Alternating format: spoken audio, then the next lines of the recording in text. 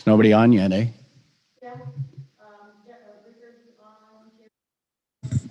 Can they hear me? Can you hear me, council? Yeah, we can hear you, Larry. Okay, thank you.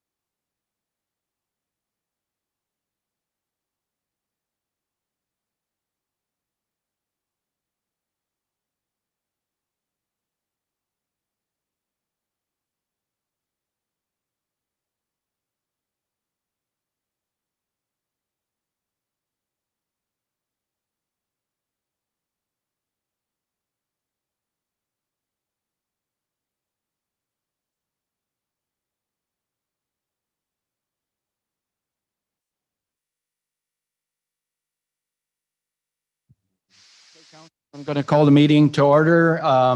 If we can all stand for our national anthem, please.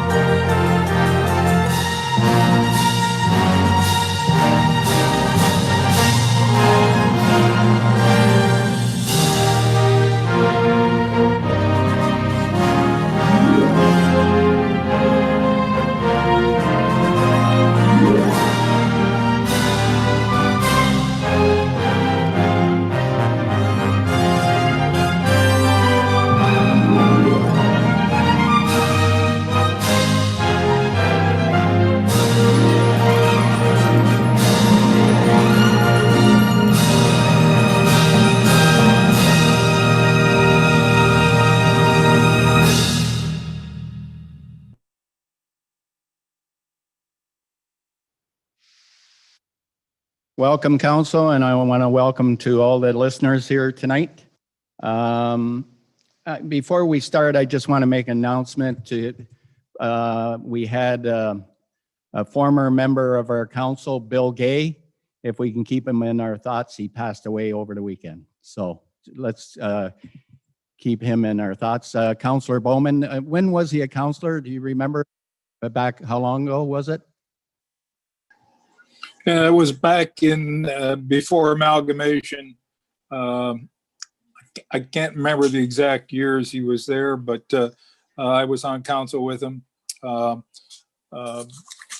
He was formerly employed with Cheer Radio and then later media marketing, and a great historian, and was a wealth of knowledge in history and our communities, and a great asset to our community and to our town. In recent years, he's been manager of Heritage Essex at the train station, and personal friend of mine, and I'm going to miss him.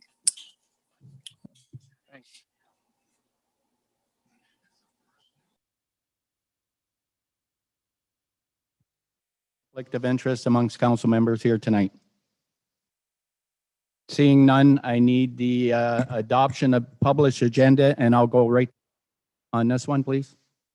Thank you, Mr. Mayor. Just a couple items from the clerks. The first item is there was an error on the December 21st regular council meeting minutes. Under item 6.7, the delegate who was added did not end up speaking, and so we're asking for council to amend the minutes to reflect that the delegate did not show. And then secondly, Councilor Bondi has asked council to consider adding correspondence. We have correspondence that was previously shared with council dated January 14th from a Jeremy Parsons, heritage planner and consultant. And if council agrees to add that, we would be adding that under correspondence under item 12.1.1 of the agenda. The council, with the changes, can I have a motion to adopt the published agenda, please?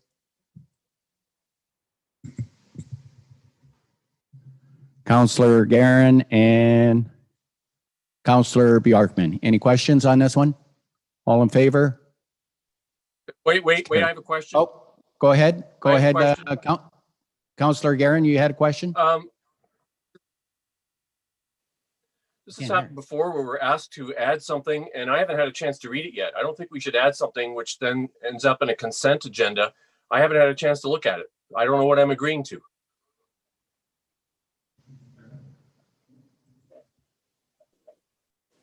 It was emailed to you, Counselor. Go ahead, I still don't Councilor know what Bondi. it is. Can you? Tell me what it is. Mr. Mayor, it's an email that went out to all of council January 14th. That was possibly 5,000 emails ago. That's not good enough to add to a consent agenda where we're expected to vote on it. Sorry. I'm sure we've done it with lots of other things. Which is why I'm complaining now, because I don't want it to continue. I don't want to vote for things I don't know what they are. That's wrong. Council, you can vote on the direction you want to go here. We had a motion, we had a seconder, so. Councilor Bjarkman? Thank you, through your worship. Yeah, I don't believe that this letter was a letter to council that did not require any action from council, but it was information. So in that sense, I believe that it's okay to add to that we just make it a record of this meeting. I think that was the purpose of it. So I'm just using that for an explanation, and we can go to the vote. In that case, I withdraw my complaint. Thank you. Okay, Councilor Van den Ollen, that's fine. So all in favor for the published agenda, please? It's carried. Thank you.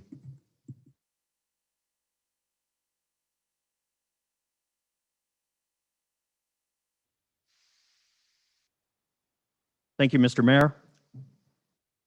6.1 on the agenda, that the minutes of the regular council meeting of December 21st, 2020 be adopted as circulated and as amended through adoption of a published agenda. I need a mover, please. Have a mover? What's going on here? Something's happening here. There are several hands up right now. Yeah, we don't see him. Okay, okay, all in favor? Yeah, no, hold on, we're having tech problems here. Hold on one sec, council. It was unanimous. Through your worship, just to let council know, right now, everybody's screen is freezing on our end, so we're not seeing maybe what you're seeing. So you have to bear with us. We might have to do it verbally in order to hear what people are saying. Like I said, I'm not sure what's going on. We're just having issues technically through Zoom, really. It sounds like everything you're seeing and hearing is fine, but on our end, it's not. So it's creating a little bit of havoc for us. So maybe we'll try that again to get a mover and a seconder, and then we can go from there. Okay, just state your name when you, could I have a mover, please? Who wants to move it? Which counselor? Go ahead. Kim Verbeek. Okay, a seconder? Morley, Orly, okay, thank you, Counselor. Councilor Bjork. Counselor Bjorkman approves. Counselor Verbeek? Oh, man. Counselor Support. Verbeek? may I suggest, as Councilor Bowman speaking, that you presume everybody's in favor and ask for if there's any opposed. That's great. That's Might way. make it Okay. easier. Yeah, that's the easiest way. Anybody oppose? Seeing none, that's carried. Thank you. 6.2, that the minutes of the special council meeting held December 1st, 2020 be adopted as circulated. Mover, please. Mover, Councilor Counselor, Barron. Councilor seconder, Verbeek. opposed? Carried. All in favor, right? Yeah.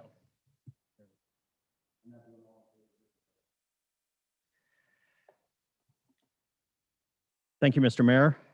Moving to public presentations. Our first presentation this evening is Mr. James Flynn and Miss Kim Lewis, and they're here to speak tonight on the Colchester Schoolhouse property at 195 Bagot.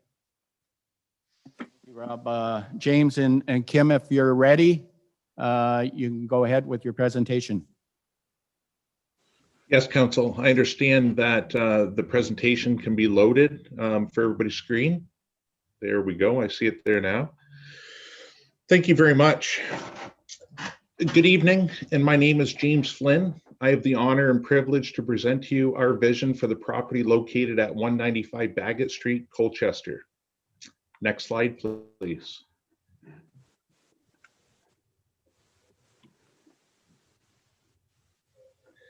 Okay, who we are.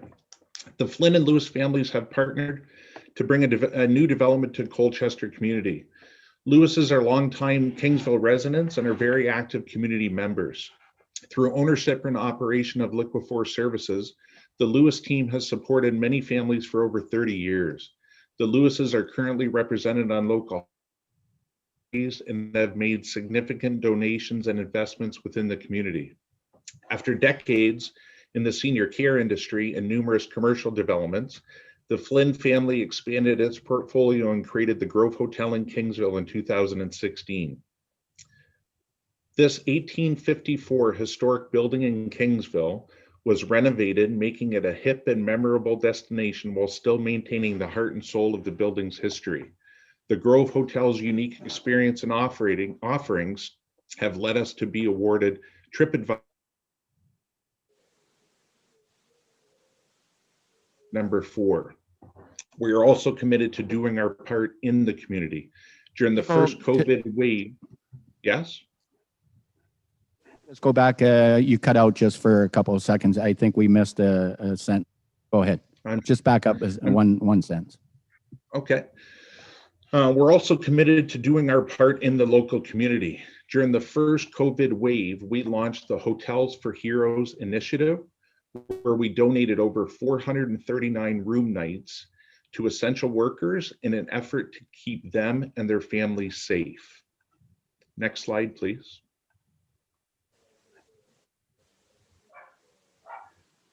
Straight to the facts. This property is currently underutilized and has been an ongoing expense to the taxpayers of Essex for many years. As such, the property has been deemed surplus by council. In recent years, the town has directed significant funds towards marina improvements and the splash pad park area, and as such does not have the money necessary for the ongoing maintenance or required improvements of the schoolhouse. The schoolhouse does not currently hold official heritage status. The property is currently zoned Green District G 1.2, which allows for seasonal campground living, fairground, and other transient uses. The town has a current accepted offer by our group at fair market value based on recent appraisals. The hamlet of Colchester has a secondary plan in place which details the vision for the area with respect to the growth and economic development and the immediate need for year-round accommodations and revenue generation activities that promote tourism. Our proposal, as you will see tonight, brings the community of Colchester a development worth over $2 million and will generate an additional $1 million annually in spin-off economic benefit to the community. At a time when we are all suffering through the COVID-19 pandemic, there is an immediate need for investment. We want to bring this investment to Colchester, so as we emerge from the pandemic, we are in a strong position to provide this needed support that our community and so many of the local businesses desperately need. Please be aware that there is an established development process that will need to be followed during our development process. Approving the sale of the property does not allow us to do anything we wish on site. We will continue to work with the community and the town during this process. Tonight we ask for your support in allowing us to purchase the property located at 195 Bagot. Our vision provides a responsible win-win solution for all parties. Next slide, please.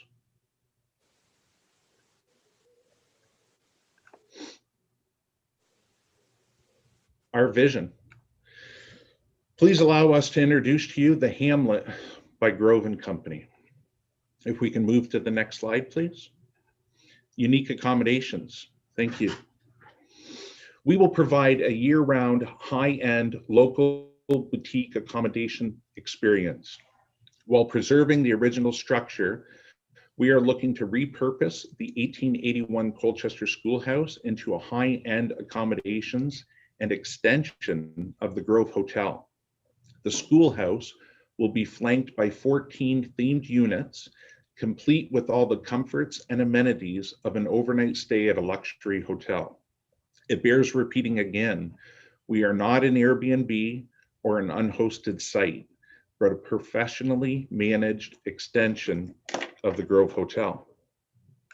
Next slide, please. Here's our site plan. As you can see by our site plan, we have developed a site that preserves the Colchester Schoolhouse. Our development is focused on its preservation and utilization, and our site allows for ample open space, allowing for our guests and the community to enjoy this property post-development. When we make a commitment to a community, we strive to become a pillar in that community for the area residents to enjoy and be proud of. Next slide, please. Okay.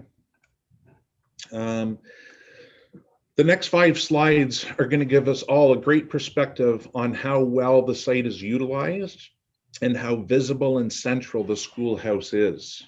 We've heard your concerns regarding the preservation of the schoolhouse, and over the last month have developed a schoolhouse-centric community. If we can move to the next slide. This is a perspective view looking north from Sullivan Street. Please note the paved sidewalk meandering through the site and to each unit. We can move to the next site. or to the next slide. Again, this is looking north through our development. We have developed a low impact single floor site as not to impede on the surrounding residential homes. If we can move to the next. Thank you. Here you're looking south and east towards Bagot Street and Christ Church of Colchester. This vantage point shows how we intend to rejuvenate the schoolhouse and show it as centric to our development. And my favorite slide. If we can move to the next slide. And lastly, of renderings, this is the view from Bagot Street looking west.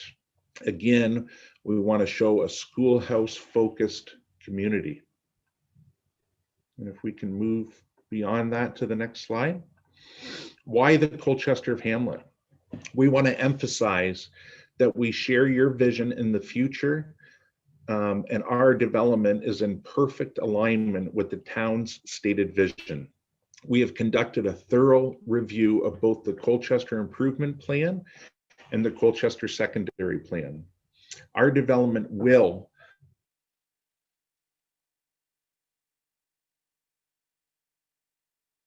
and attract more tourist-related activities. We will protect and enhance the area's diversity and recognize and preserve the historical character. Our site will promote a higher density development within the hamlet and encourage a more efficient use of we intend to develop this underutilized land in a way that complements and reinforces established community character by the reuse and repurpose of the existing schoolhouse. This will support all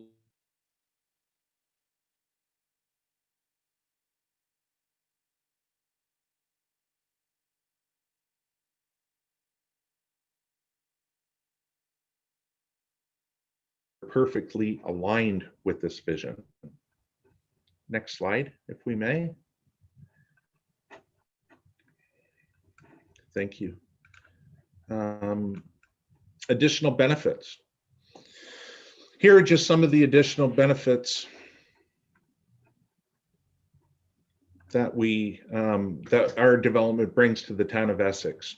Again, at a time when there's so much uncertainty, we want to invest in your community. We have the experience, resources, and drive to get this done and done quickly. If we want to come out of this pandemic stronger and better than before, we need to make bold investments and support our community. Understanding our business model, our unique offerings, and the natural benefits Colchester provides,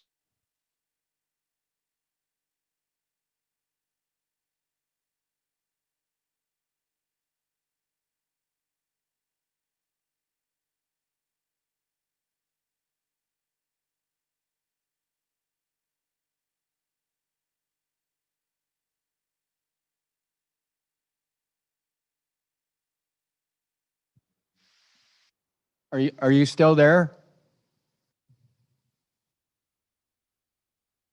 Oh boy. We lost you, James.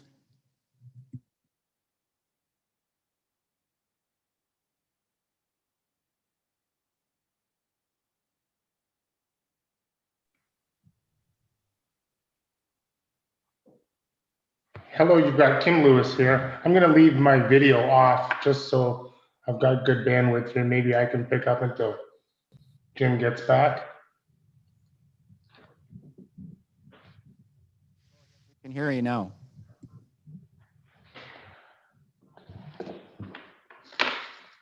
I think he's getting back connected here. Can we go back one slide, please? There we go. I'm not sure how much of this you were able to gather from what Jim was saying, because he was kind of cutting in and out on my end as well here. So I'm not sure where the connection was having an issue. No, yeah, let's go right there. So it is our intention to preserve and rejuvenate that Colchester schoolhouse. Can I just get a confirmation that you can indeed hear me? I can Hello? hear you. Okay, Yep. thank you. We hear you. Great, thanks. We can hear you. Go ahead. Okay. These were the concerns that we heard from the December 21st council meeting from the public, from the council. There was a concern about the schoolhouse. It is our intention to preserve and rejuvenate that Colchester schoolhouse. The schoolhouse is not coming down. It is a centric part of the community that we're looking to build. The chimney swifts. We heard concern about the chimney swifts. There is legislation on how we need to handle the chimney swifts. There are guidelines we have to follow, and we intend to follow those guidelines. We will enhance this sense of community. We look to be good neighbors. Let me just, oh, Jim's back. Jim, can you jump back in? Hi, I'm sorry. I'm sorry about that. As if we didn't have technical difficulties, wouldn't this be a wonderful area? Thank you for Kim for picking up there. I think we're on the addressing concerns. If we might, we wanted to know to you, everybody to know that we've heard you and concerns. Now that we've gone through our development, you can see that we've developed a plan that saves the Colchester Schoolhouse. This beautiful building will be restored, reutilized, and rejuvenated now. It will not sit idle another 13 years hoping for someone or some group to save it for future generations. We will protect the resident chimney swift and protection. Our community-based development has been designed to enhance the sense of community and will be managed by our proven top-performing brand. Again, we are not an Airbnb or unhosted site. The town will be addressing the relocation of community gardens and the increasing need for seasonal public parking. If we can move to the next slide, please.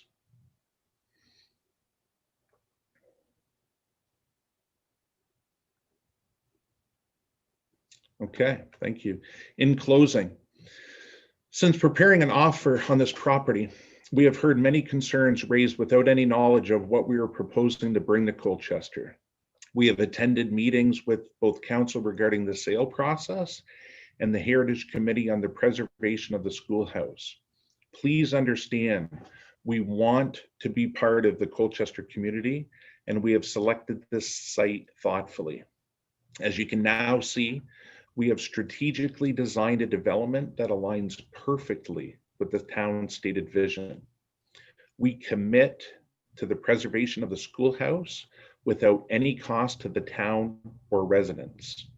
We will enhance an underutilized site that has been a town expense for over 13 years. To the town of Essex, a significant tax revenue, but a substantial multi-million-dollar investment and a development that will provide significant spin-off financial benefits exceeding $1 million annually into the local economy.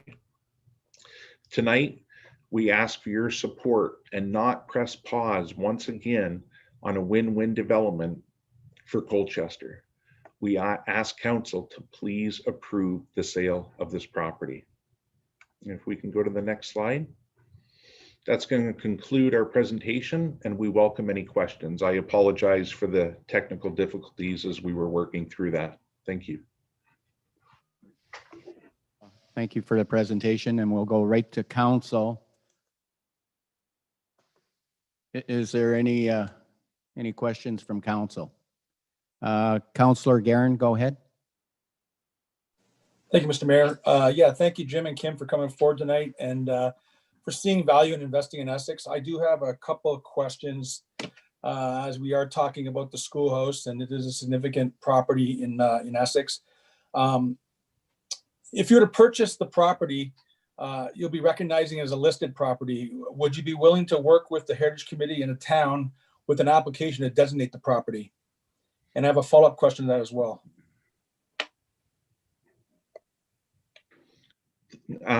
Thank you, Councillor Guerin.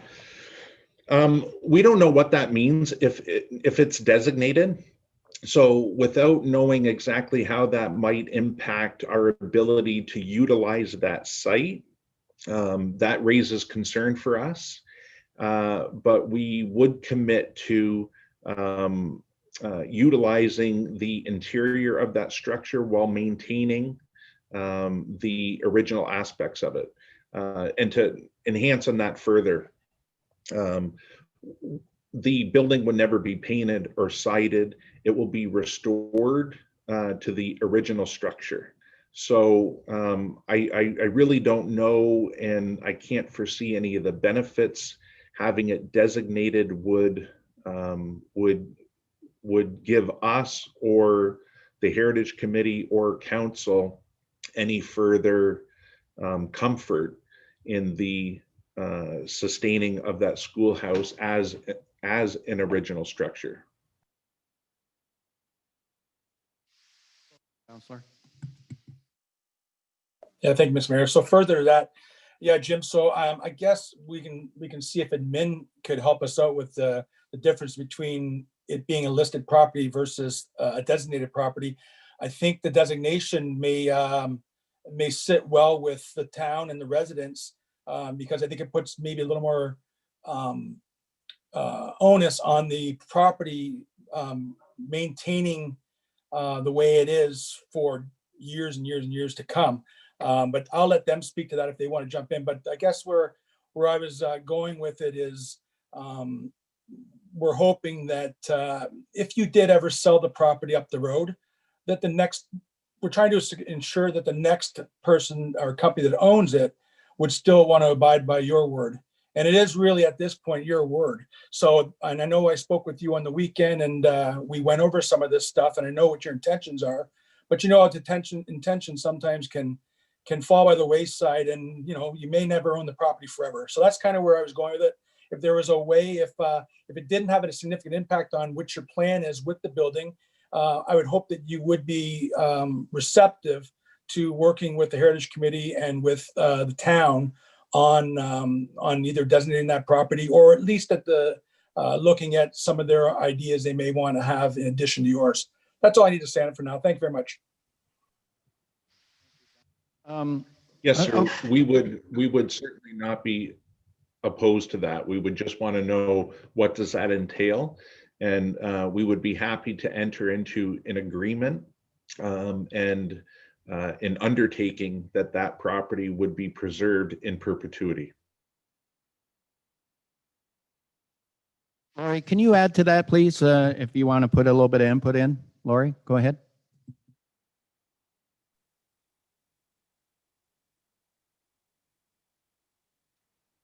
Sorry, through you, Mr. Mayor, did you call upon my name? Lori, can you give a little bit of input in on this discussion with Joe Guerin or Councillor? Absolutely, I'd be happy to. And good evening, Council, through you to Councillor Guerin.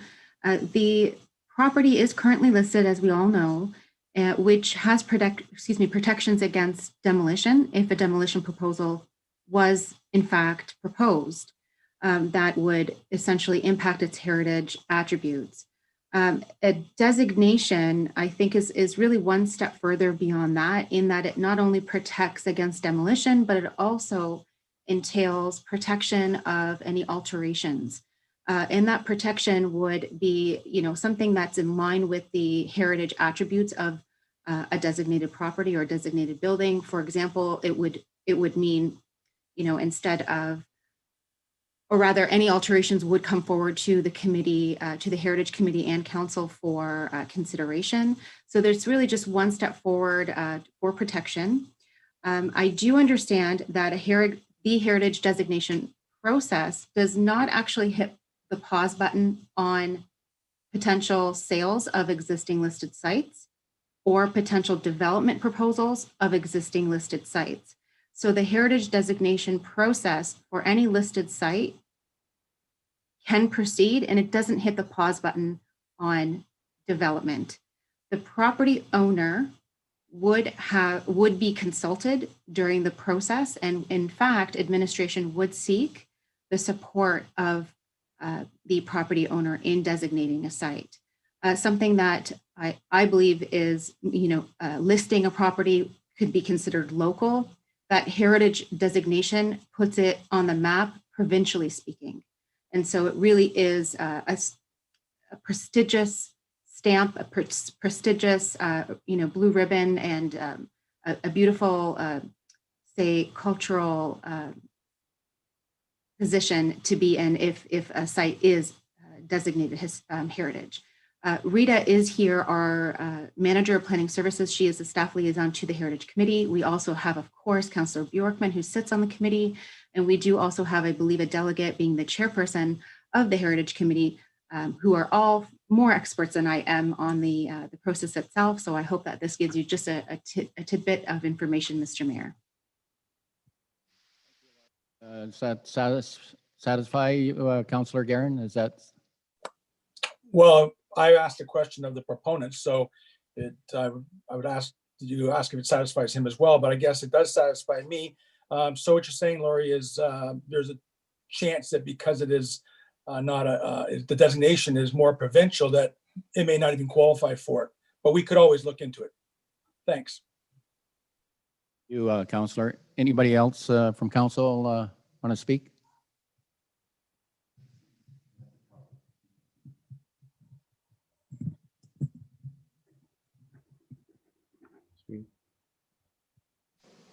Yeah, this as noted before, that we're having Zoom issues on our end. So when the mayor asks if anyone would like to speak, remember that he can't see you right now. You're all frozen on our screen in the council chamber. So if you can, I guess, unmute yourself and let us know that you want to speak.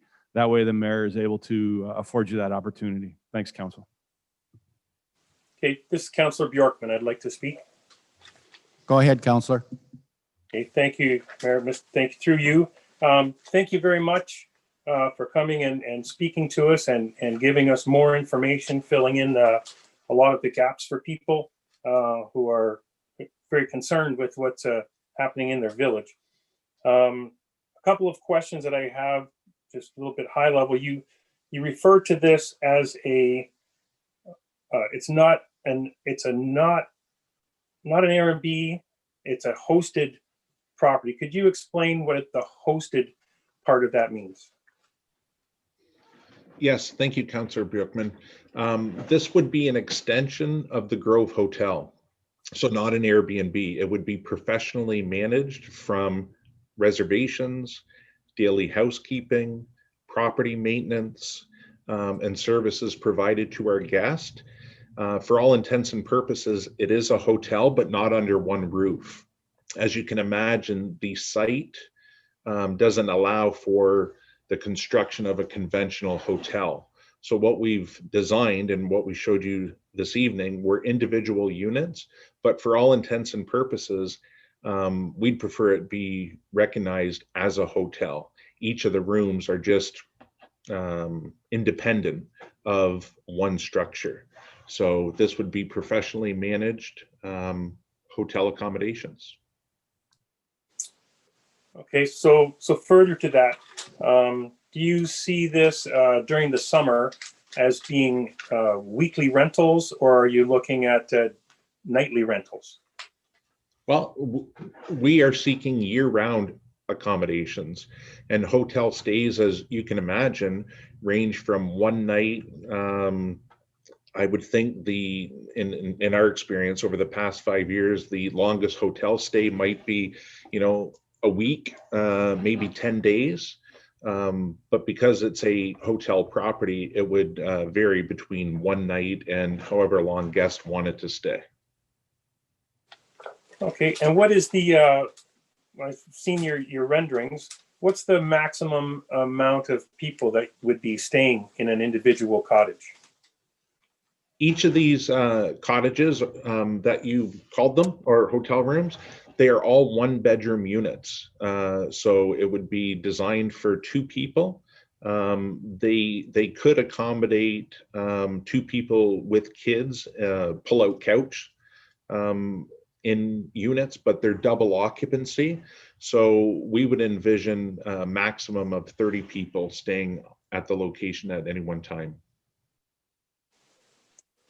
Okay, and I'll allow some other questions, but Jim, my other question about this with regard to the hotel type accommodation. So it'll be staffed for cleaning and stuff, but what do you have actual staff on site? Is there somebody here till 11 or 12 o'clock at night? Who do you have that is providing security in that area? Yes, sir.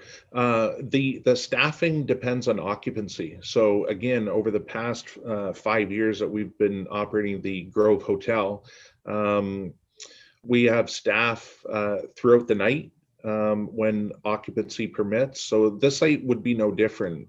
Our vision for this site, as you can imagine, hosting wedding parties. You can envision bride and groom staying in the main schoolhouse structure and family and friends staying in the surrounding rooms. When that happens, our site would be staffed throughout the evening to ensure that there's no impact on the surrounding community. But we are staffed 7 days a week on site. Okay, thank you very much. I'll allow some other questions. Mr. Mayor, it's the Deputy Mayor. Can I speak? Yeah, go ahead. Go ahead, Deputy Mayor. So welcome and thank you for the presentation, gentlemen, both Jim and Kim. It looks very interesting. I do have a question on the price range. You must have some mental thoughts or budgeting finance workings that you've done to figure out what you think that these rooms will be charged out at. Yeah, it's a great question. Our seasonally, they vary, Deputy Mayor. So in season at our current location, we have a 2-night minimum stay, and our prices start at $179 in season up to $279, depending on the suite that somebody chooses. We would anticipate that this site would have very similar price structure. Off season, those rates would be reduced to the $150 per night area. Okay, thank you. And these are sort of like boutique style. Is there anything like special amenities that are attached to any of these rooms? You probably have 1 bedroom, you're saying, but with a bathroom, but hot tub, like, are you looking to go that exotic or? No, so there's no hot tub. Each of these units is approximately 500 square feet. They would all have a screened in front porch. So if we could look back at the site plan, all of the living, if you will, is to the center of this development, as to have as little of impact as possible on surrounding residents. But they're all 1-bedroom units. They all have their own private bath, of course. They have a nice large living room and a screened in front porch. The common area, if you will, is to the north and to the west of the Colchester Schoolhouse, and that is our community fire pit, if you will. It's actually a cauldron that would allow guests in this community. There we go. It's a great view back to this local amenity space. Other than that, our intentions are to have as little impact on the surrounding residential area, that each of these units is self-sustained. Thank you. I just wanted to talk about designation a little bit. If we were to, regardless of whether we decide to have this property as excess or surplus property that we want to sell, or whether we maintain the property, I believe that there's might be a motion going forward to designate, but if the property is designated, part of designation entails that the same type of windows are used as in the original, the same type of roofing. And we're beyond that point because some of those things have already changed. But I would imagine designation at this point in time would say you can't change the facade of the building. Before you were to change where the entry and exits are from the building, you'd have to have permission from the province. If you wanted to change some of the bricking, you'd have to have permission from the province. They're going to want to have the brick refurbished rather than putting in new brick, those kind of things. That's where it gets more stringent. But they want you to have the same look and feel as of what the building was for the original construction. So I just wanted to mention that. Yes, sir. Yeah. If I may speak to that, that is our intention. Kim and I were just speaking through text, and we are not opposed to the designation. We're here for the long haul. Some of those items that have been replaced that are inconsistent with the original structure would be addressed during our rejuvenation of that site. I can speak to, we've had architect and engineers visit the site. We're very confident at the north end of that structure where it appears a storage lean-to's been constructed. That's the original front door underneath the bell of that schoolhouse. The existing bricks and entrance are intact, and they would be rebuilt to original standards. The south end of that building, where the 1950s or 60s school addition has been constructed, we're again fairly confident that the original bricks to the structure are underneath of that, and they would be maintained. Wonderful. One final question.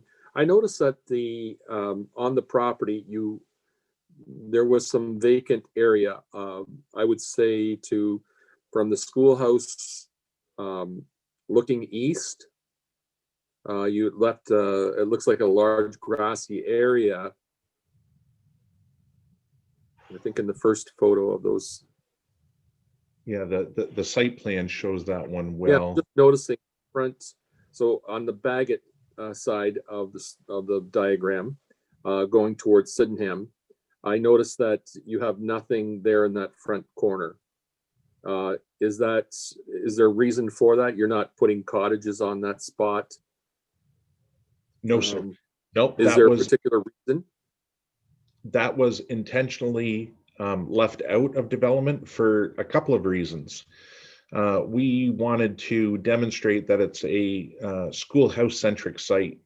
The views from Bagot Street and from the southwest corner of the property are absolutely stunning. Number one. Number two, we don't want to overburden that site. We want to leave that as open amenity space for not only our guests, but for the community to enjoy. We envision picnic tables and green space for kids to enjoy, guests to enjoy, not only our residents, but community members as well. Okay, thank you. I was just curious. Thank you. That's all the questions that I have. Thank you, sir. Lori, are you there? You wanted to add something? Go ahead, Lori.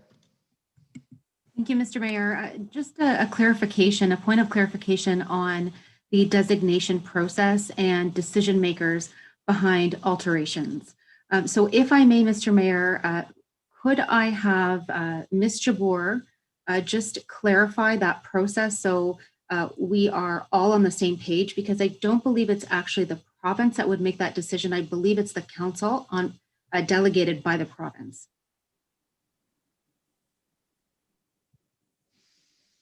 Thank you, Lori. Who's next on council? You're going to have to speak out, whoever wants to speak, because we're frozen.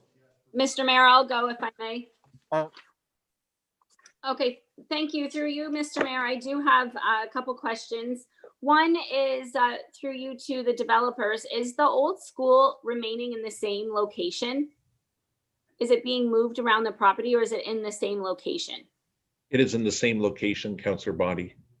Okay, thank you. And I do know that you've addressed some of the concerns from the community regarding staff at all times. So that is something that's come up with my discussion with residents about staffing at all times. Is there going to be like, are one of the hotel rooms going to be staffed for staff to sleep in? No, none of the staff sleep on site. It's just accommodated through shift work, as you can imagine. Okay, thank you. So are they going to have, like, is there a reception there? If we look at, and I'm sorry, I'm so hesitant to flip back and forth between our presentations so I don't lose you again. But okay, perfect. If we look just south of the schoolhouse, that one unit that looks larger than the others, yes, that is a unit for staff and for storage. So that's where our staff would be housed, or would perform their duties when they're not performing housekeeping or site maintenance. That's where staff would be located, central to the site. Okay, thank you. And in terms of events, are you planning to host events there as well? Or are the bachelorette parties and the weddings going to be there on site as well? No hosted events. Again, the exact same way that we run the Grove Hotel. So people come to the area. We're envisioning, again, having weddings at any one of our wineries, local areas, and this is their accommodations. We have a lot of tourists coming to the area, birding season, for instance, but this is not an event space, it's an accommodation space. Okay, thank you. And then through you, Mr. Mayor, over to our town staff. Sewer capacity, that has been something we have yet to do a study in Colchester about sewer capacity. And I know that east of Erie, there are no sewers. Crew Winery had to pay for an expensive study to hook into our sewers. What is going on here with sewer capacity? I do know of another gentleman who wants to develop homes, and he's been told he has to do a same study. So what's the plan for sewer capacity, please, Ms. Chadwick? Bondi, I'm going to go right to Kevin on that one. I think Kevin can answer that for you. So, okay, Kevin, are you there, Kevin? Yes, through you, Mr. Mayor. Good evening. As Councilor Bondi mentioned, there is a sewer capacity optimization study that is being completed right now by Stantec. I will say, particularly for this development, we have asked the developer's engineer for a functional servicing study as well, which would identify any capacity for the change in use in the development. So there would actually be a study on this site as well that would identify the current servicing versus what would be required for water, stormwater, and wastewater. Okay, thank you, Mr. Gerard. Mr. Mayor, I do have another question through you, probably to Ms. Chadwick this time. CIP grants, what CIP grants are specifically available to this type of development there? Thank you, Mr. Mayor. Through you to Councilor Bondi. Some wonderful opportunities for any developer in Colchester Center, as well as along County Road 50, to take advantage of those CIP dollars. So community improvement plan dollars would be eligible for this property as well. And that could be in the form of outdoor amenity space, or I know I have Nelson on hand, and he's probably yelling at a screen right now, trying to tell me what type of grants are available. Sidewalk cafe or outdoor amenity space, I want to say building permit, perhaps even development charges I'd have to look into, but certainly there are CIP grants available for properties within Colchester and along County Road 50. Okay, thank you, Ms. Chadwick. And one last one along the zoning question. Just for members of our public too, right now it is zoned, I don't know, like recreational campground. So what would be the process if council does vote in favor tonight, which I've made it very clear that I want to take a pause. I want to put that pin in it and hear from our community, have our community digest this. But if council did vote in favor of this, whether tonight or be in the future, what is the next steps for zoning, please? Sure, and thank you through you again, Mr. Mayor, to Councilor Bondi. The current zoning for the property is Green District 1.2. And so currently the uses that are permitted by right would include campgrounds, so seasonal campgrounds, even fairground, arenas, golf courses. These are all permitted uses in our zoning, although maybe the site is not big enough for a golf course. Of course, it is a permitted use, or even an arena. It is a permitted use. So the seasonal campground is really that key land use that we would see, our administration would see as an opportunity for the developer to piggyback on. And so the zoning would not change from, for example, green district to commercial. But what we're seeking is a site-specific. Actually, let me go back. What we're seeking is a clarification of the definition of seasonal campground. So I take you to something that we just chatted about recently through email, and happy to report this through public session. Following administration's understanding throughout 2020 that there were some growing concerns regarding short-term rentals, specifically in residential districts, administration began to plan for amendments to the general zoning bylaw to regulate the uses, these specific short-term rentals within our municipality. Notwithstanding this proposal, our intent was to bring forward amendments this winter, so early 2021. We're coming at this kind of crossroads where both proposals are in-house amendments, as well as the particular proposal for the Colchester schoolhouse are all meeting at the same time. Our proposed amendments would seek to permit short-term rentals in areas where the zoning already allows for short-term accommodations as a commercial venture. So what we would propose is that, of course, there's a public process that's involved and seeking public input, stakeholder input, as well as council decision-making. We would propose that the commercial districts, as well as the green districts, again, where the Colchester Schoolhouse is currently zoned, is we are seeking the definition to be more encompassing. So the definition of campground, we propose to be more encompassing. So the zoning amendment that we propose, or rather we see happening, is that the true nature of these short-term accommodations would be fine-tuned, would be, say, tightened as well to allow for year-round accommodations in roofed structures, so not solely within a a tent, and that what we see as defining the short-term rental will allow council to regulate the land use, which is vital to our growing tourism industry, while also respecting the tranquility of residential districts where a lot of these short-term rentals are occurring. So this is kind of a roundabout way of saying that the zoning amendment that we're proposing would be actually municipal wide to clean things up at the same time as well for other short-term rentals to be able to regulate, to be able to define, but more so to be able to enforce. So I hope that answers your question, Councillor Bondi. Again, happy to expand on that if it wasn't clear enough. Thank you, Ms. Chadwick, very much for that. And I do have one more for the developer, if I may, Mr. Mayor. Inside of the schoolhouse, I think it was mentioned that it was going to be a hotel as well. So I imagine that they will probably want to gut it inside there. There's a teacher's walk in there that a local historian has said is quite significant and has historical significance. So I'm wondering if the developers can just talk about the inside of the building, if there's any more they can share about the inside. Absolutely. Thank you, Councillor Bondi, for that question. Again, we've had our architects and engineers inside of the structure, and it's been renovated so many times over the years that to the south of it, there's been the addition of a kitchen and a bathroom, a lot of moisture damage. The teacher's walk you're referring to is on the west side of the property, or the west side of the one-room schoolhouse. It's outstanding.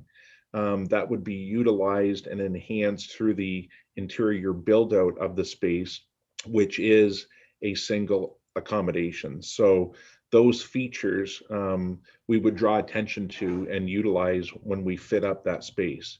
But literally there's been ceilings built under the existing ceiling structure.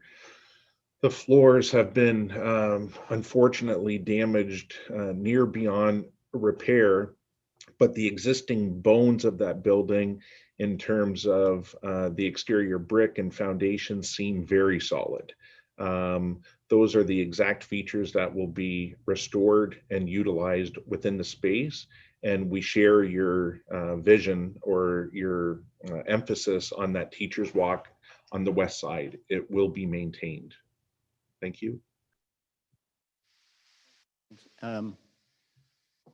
Okay, just one quick question. Are you finished, Councillor Bondi?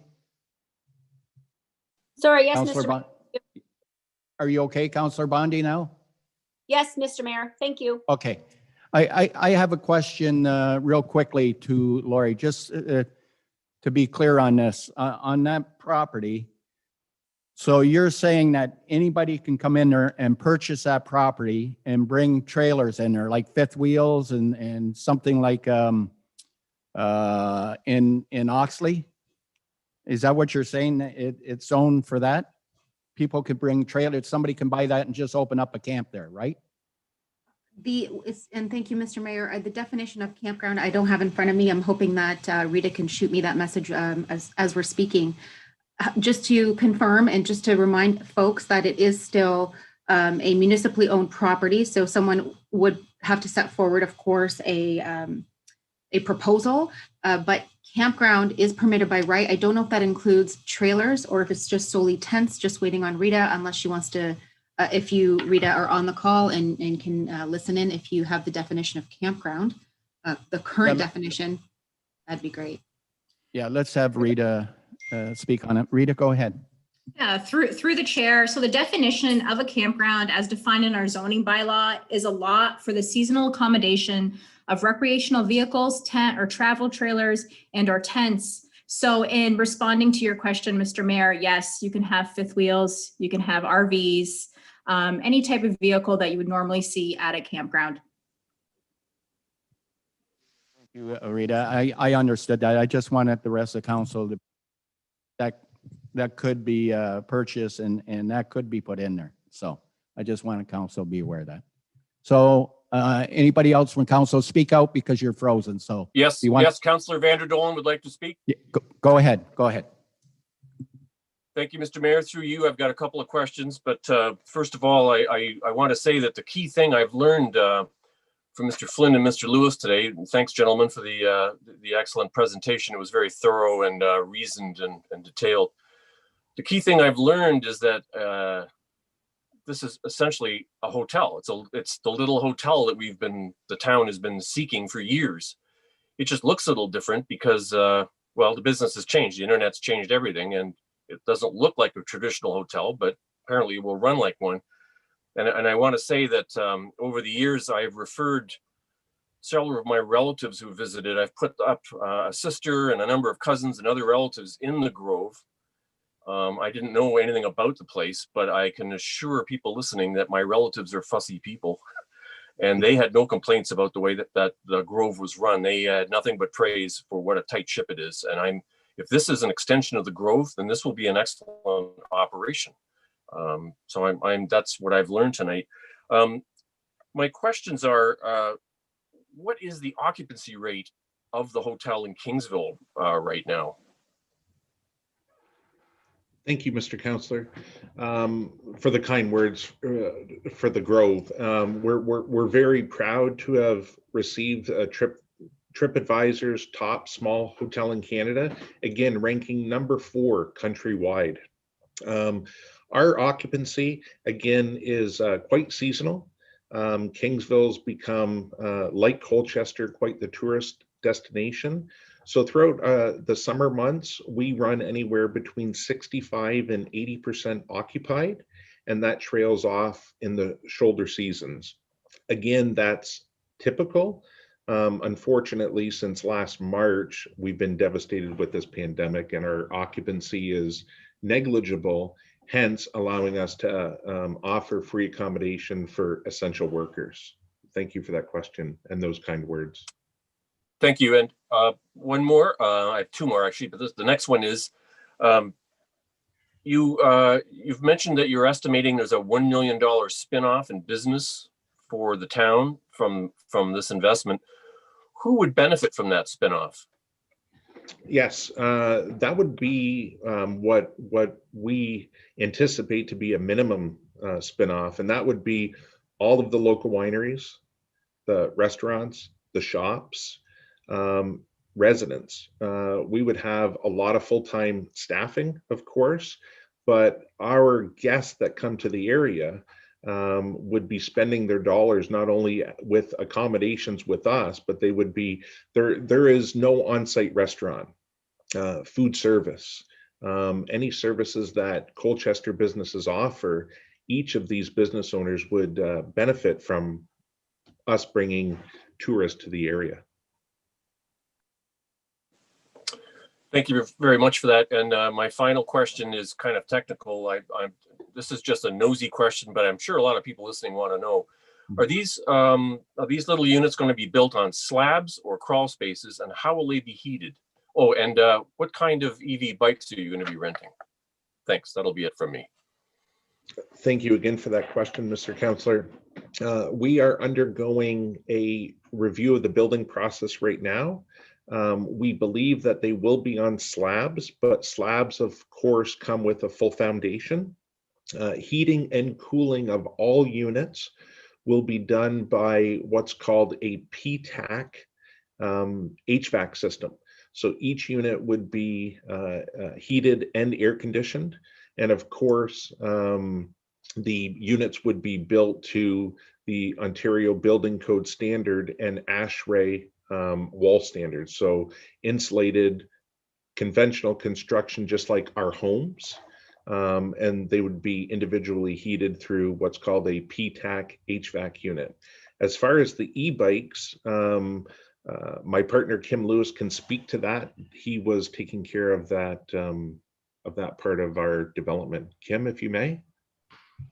Yes, we're still looking to finalize which approach we want to go with those. We are looking at the rad runners and easy to use there and assisted e-bikes. So you're going to get range out of it up to 50 kilometers, depending how much assistance you give it with the pedaling. We're going to have options there for children carriers, child carriers as well. So there's going to be a few different variations of the bikes, but we're going with a very simple to use, a robust model.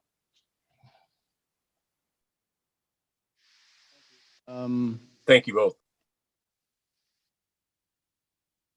Speak out, council, if anybody else wants to speak on this.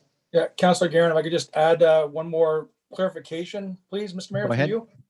So when you were speaking about the campgrounds and Rita had responded to it, I think I have a good handle on it, but for those that are listening to the meeting tonight and watching it, I think I just need some clarification. So the zoning right now does allow for, say, a seasonal campground business only if we were to permit it as a council because we own the property.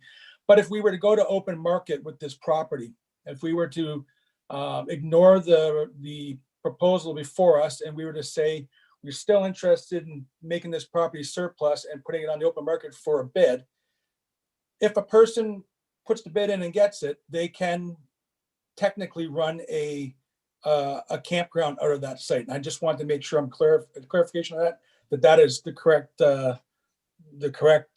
thinking on my end. Please. Okay, I assume that was for me, Mr. Mayor. Through you, thank you, and to you, Councilor Guerin. Yes, it's correct. If we were to go to, say, market, as you indicated, or through the RFI process, and sold the property, depending on what the terms of reference would be under the RFI, then the existing zoning permits recreational uses such as campground, fairground, arenas, golf courses, and others under that definition or rather under that district of G1.2, should a proponent come forward with a use that is not in line with that zoning, then no different than any other developer, they would have to go through that development process, which would include fact-finding with administration, as well as the application process for any potential rezoning. Keeping in mind, of course, that any potential rezoning from G1.2 would have to be consistent with the official plan, Colchester secondary plan, even our policies at the provincial level, and of course would have to go through any other development review, such as that for servicing or natural significance, heritage significance, etc. Yeah, through you, Mr. Mayor, and thank you for that. And yeah, we did have quite a few people that I spoke to and that emailed council saying that the process of how this all came about, at the very least, we should have at least went to open market. So I wanted to just put that out there and make sure everyone's aware that by going to open market may lead us to more concerns and more problems that the residents would may not care for as well. So thanks for the clarification.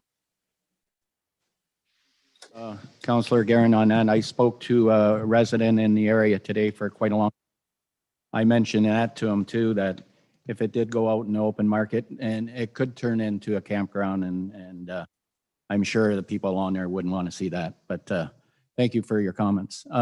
Rita, did you want to speak again on this? For you, Mr. Chair, I just want to make a point of clarification on the difference between designation and listing. I know there are two terms that are always confused and sometimes they're not very hard to understand. So it's my pleasure to provide council and staff and people watching some clarification on that point. So the property, as you all know, is currently listed, which means it has some interim protection from demolition only. If the proponent were to acquire this property today and wanted to demolish those portions of the building that they've indicated in their site plan, then they would have to provide council with 60 days notice of their intention to demolish. The Ontario Heritage Act does not provide for any opportunity for the Heritage Committee to consult on demolition. It does provide for their consultation whenever administration or council would like to remove or include a property as a listed property on the Heritage Register, but not when we receive a notice of demolition. So the town of Essex, in consultation with its Heritage Committee, went one step further in 2017 and actually adopted policies which specified that the Heritage Committee would be consulted whenever we received a notice to demolish.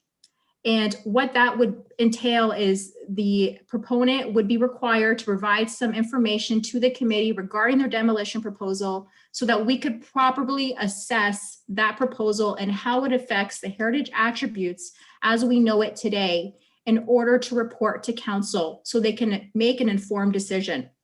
Because this is a listed property, council does not have the opportunity to turn down the demolition request. If it won't hurt any heritage attribute of the building, then council can simply receive it and the proponent can move on to apply for a demolition permit. But if it will alter a heritage attribute, then the council, in consultation with their Heritage Committee, can decide to move to issue a notice of intention to designate, which would make null and void any demolition permit, any building permit on the site until the process went through the proper phases. So there is protection currently as it stands, being a listed property, but that heritage designation goes one step further and is really the final phase, the best type of protection you can provide a property because it prevents against alteration as well. Now, when I say prevents, we are really looking at the heritage attributes of the property. So in that designation bylaw, council, in consultation with its Heritage Committee, is going to be very specific in listing what aspects of that building we are after in terms of conservation. And as Mr. Lewis and Mr. Flynn note, They want to return the property back and the building back to its 1881 glory. And we have documentation as a heritage committee on what the building looked like in 1881.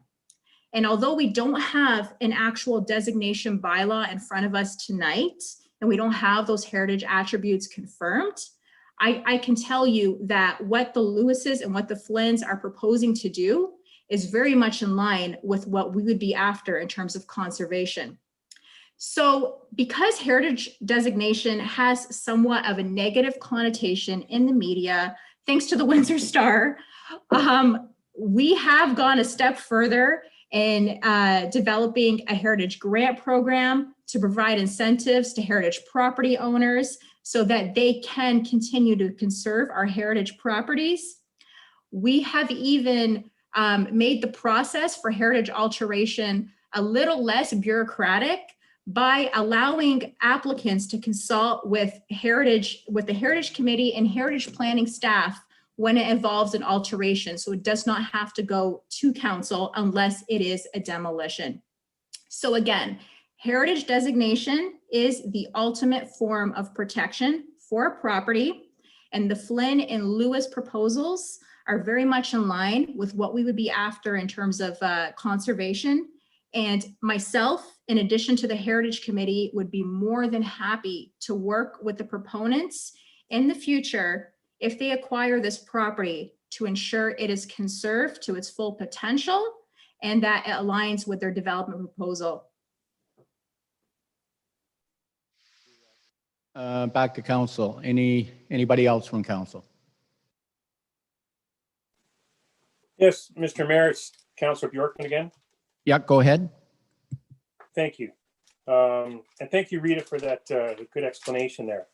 A couple more questions just to the developers. So it's got the green space at the corner of Bagot and Sullivan that will be accessible to the community. How will the community be able to access the schoolhouse itself? And what could the community expect to be able to do there or use it for? Thank you, Councillor. So the entire site is accessible. Unlike a conventional hotel where it's under one roof, our site, we encourage people to enjoy meander through it. Access into the schoolhouse structure itself would of course have to be done through our staff, either through visiting the site, going on tours, or through booking a stay. But we encourage the community and people visiting the area to, of course, visit our site. I hope that answers your question, sir. Yep, that answers my question. Thank you. And then just a couple of things I'd like to point out at the beginning of the presentation. At this point, the town has invested monies into the building to maintain it and to secure it.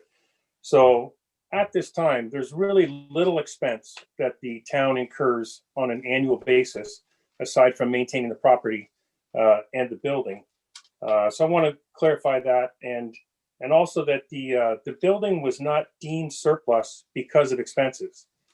The building was deemed surplus because you made an offer, and it needs to be deemed surplus to accept that offer. So I just want to put those out there that's this council was not out seeking to get rid of the building or sell it. That was not the purpose of the deeming it surplus. It was deemed surplus once an offer had been presented. So I just want to keep those facts straight. That's all, Mr. Mayor. Thank you. Councilor Bjorkman. Anybody else? Yes, it's Councillor Bowman. I just had several questions through the evening to ask. I think they've all been asked or answered one way or another. And so I'm happy with the presentation. So thank you. Thank you. I guess there's nobody else. It's Mayor, it's Councilor Verbeek. Who is it? Councilor Verbeek, go ahead. Go ahead. Fortunately, most of my questions have been covered. The only one I have remaining would be to administration. has anyone prior to this developer inquired about purchasing this property sometime in 2020? Have there been other proponents that have come forward to show interest in this property prior to Mr. Flynn and Mr. Lewis? Thank you. No, there hasn't, Counselor.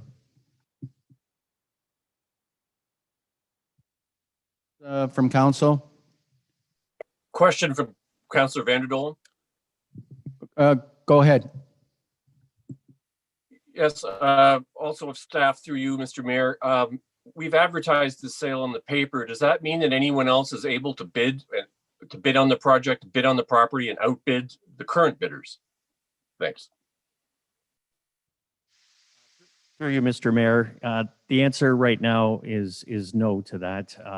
The council directed that we return to the next regular council meeting at December 21st with a bylaw authorizing a sale by way of direct sale to this proponent.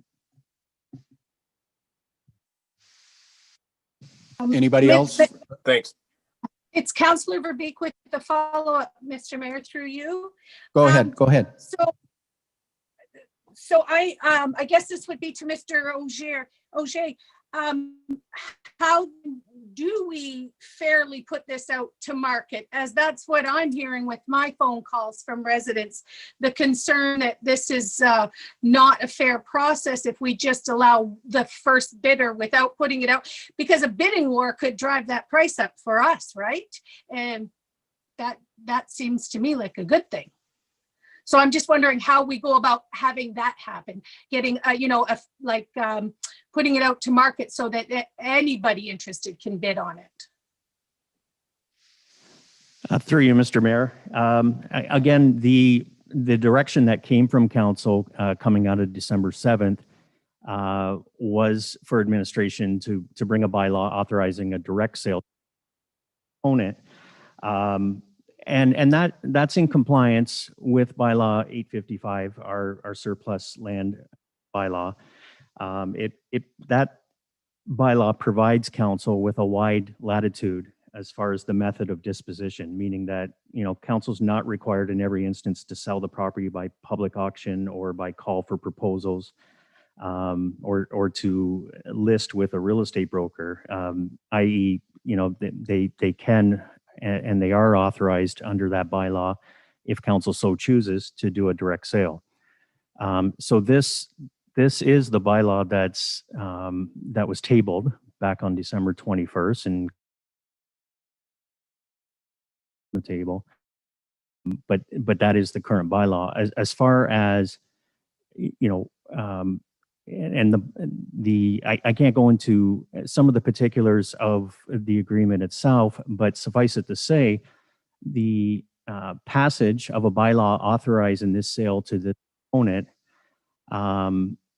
would be a requirement. So if council is looking to still authorize this agreement, there would need to be passage of that bylaw on or before January 31st.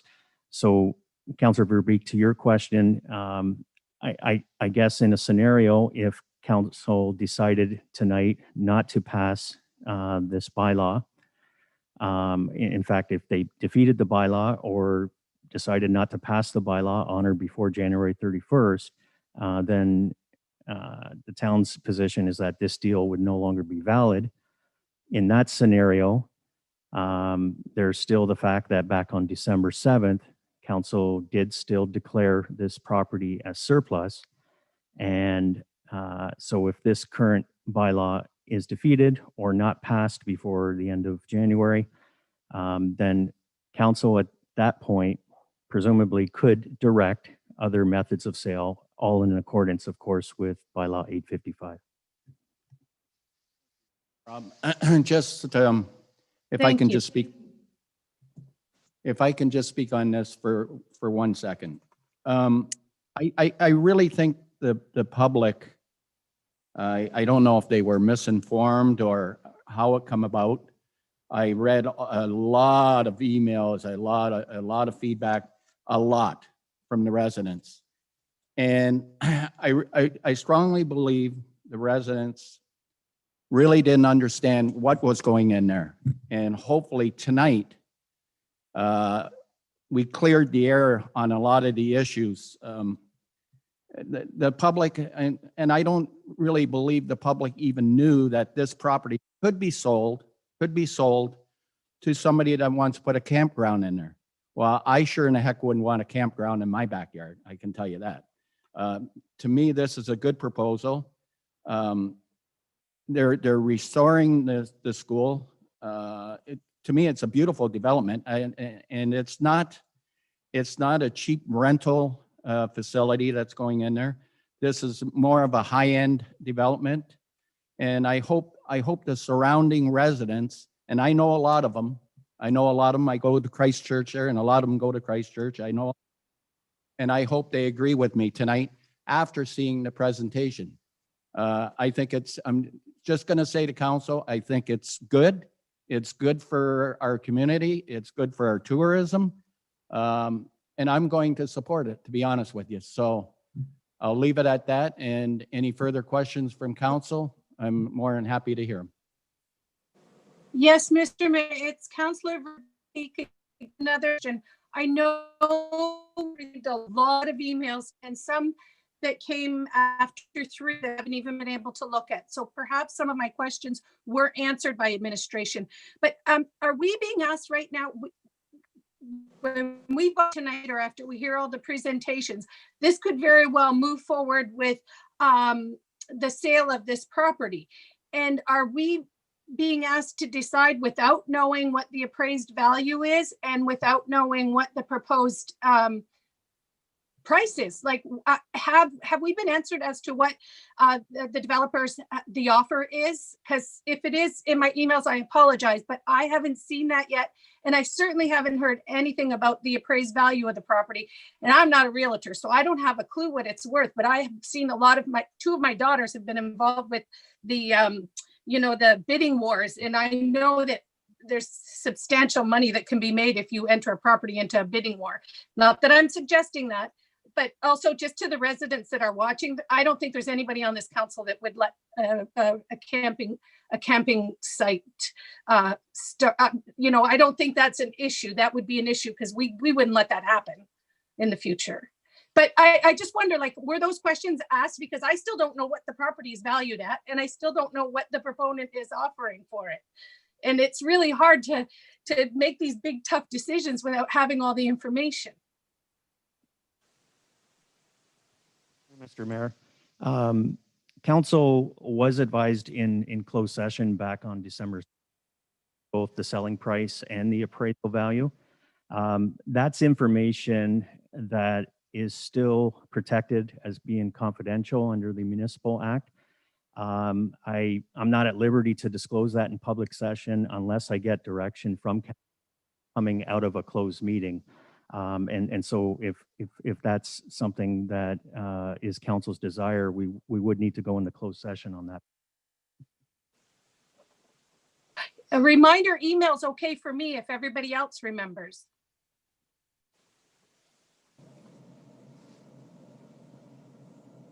Mr. Mayor, I have something to say. Councilor Vanderdolen. Go ahead, councilor. Yes, through you. Thank you, Mr. Mayor.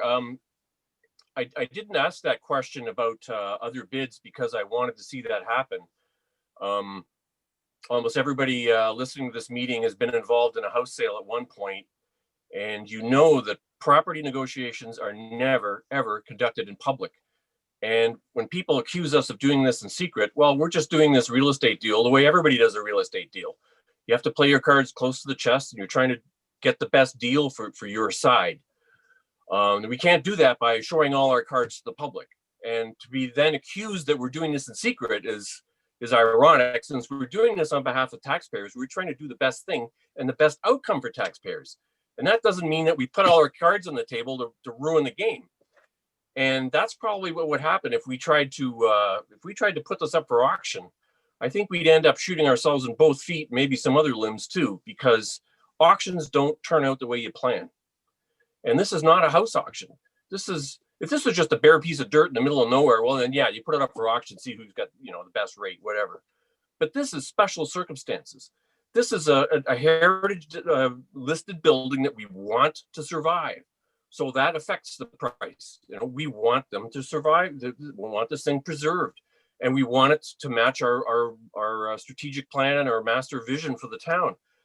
Auctioning it off doesn't guarantee those things. You just get a price on a piece of paper, and then you're stuck with it, and then you'll be stuck with having the school raised and the rest of it. So I'd vote against that for sure, because we want the best for the town, not some sort of chaotic outcome from an auction that we can't plan and we'll have to deal with whether we like it or not when it comes down the pike. Thank you. And Mr. Snively, Councilor Garen, may I add? Yeah, go ahead. Thank you, through you. Yeah, just piggybacking on what Councilor Vanderdolen said, this property is not a house for sale. It's going to take a special buyer. It's going to take someone with vision. It's going to take someone who wishes to be married to that schoolhouse. So all these factors, all these circumstances factor in what the value of the property is in someone's eyes. So I just wanted to lay that out there.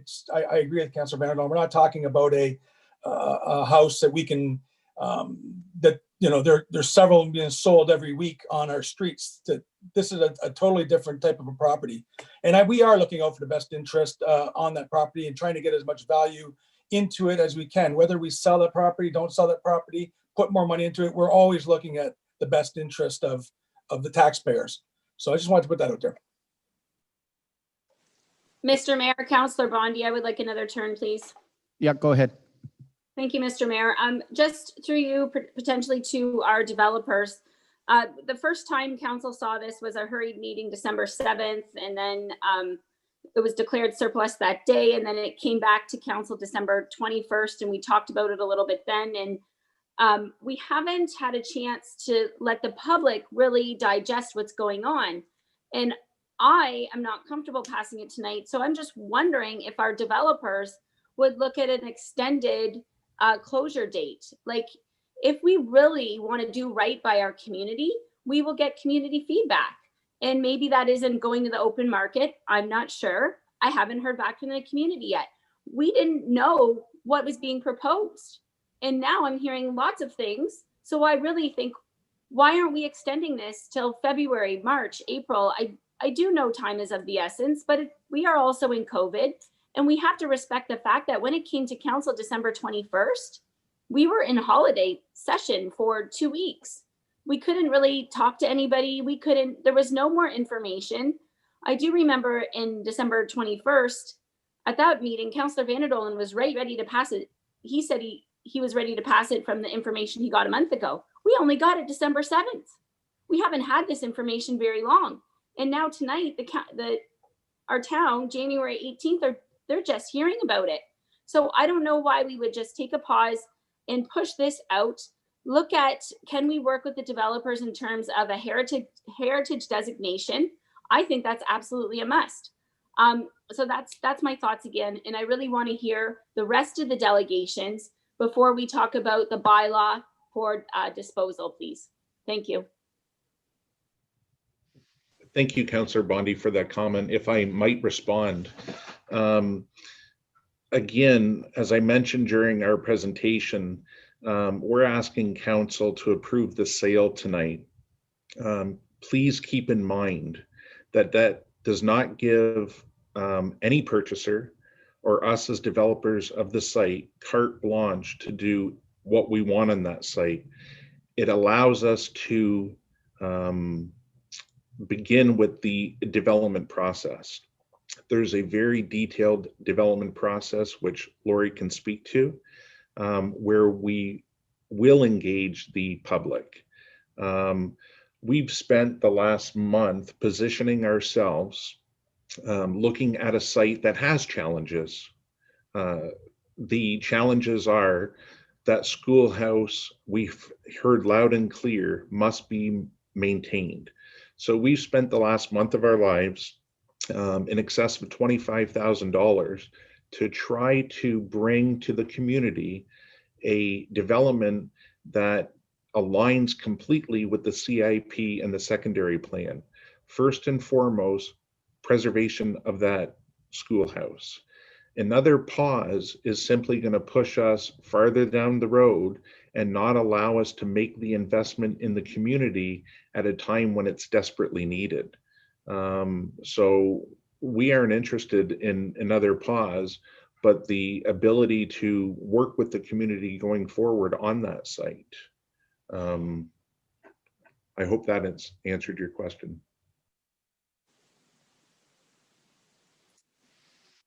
Anybody Thank else you. from council? It did answer my question. I still don't like the answer, but it did answer it.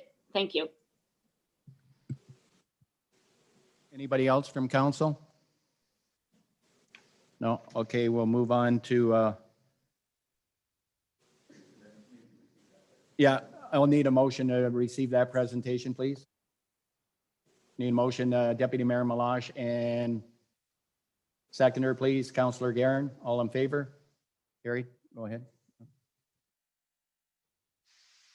Mr. Mayor, our second delegate this evening is Lori Brett, chairperson of the Town of Essex Heritage Committee.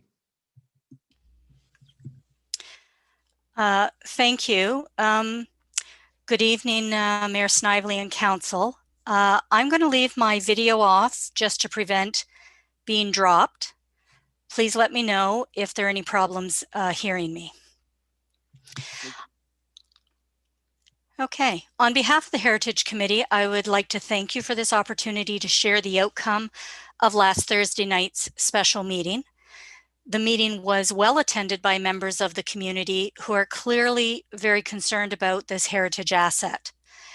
As you know, the Colchester Schoolhouse dates back to 1881 and has served as a focal point for the community for 140 years, being part of an enclave of historic properties.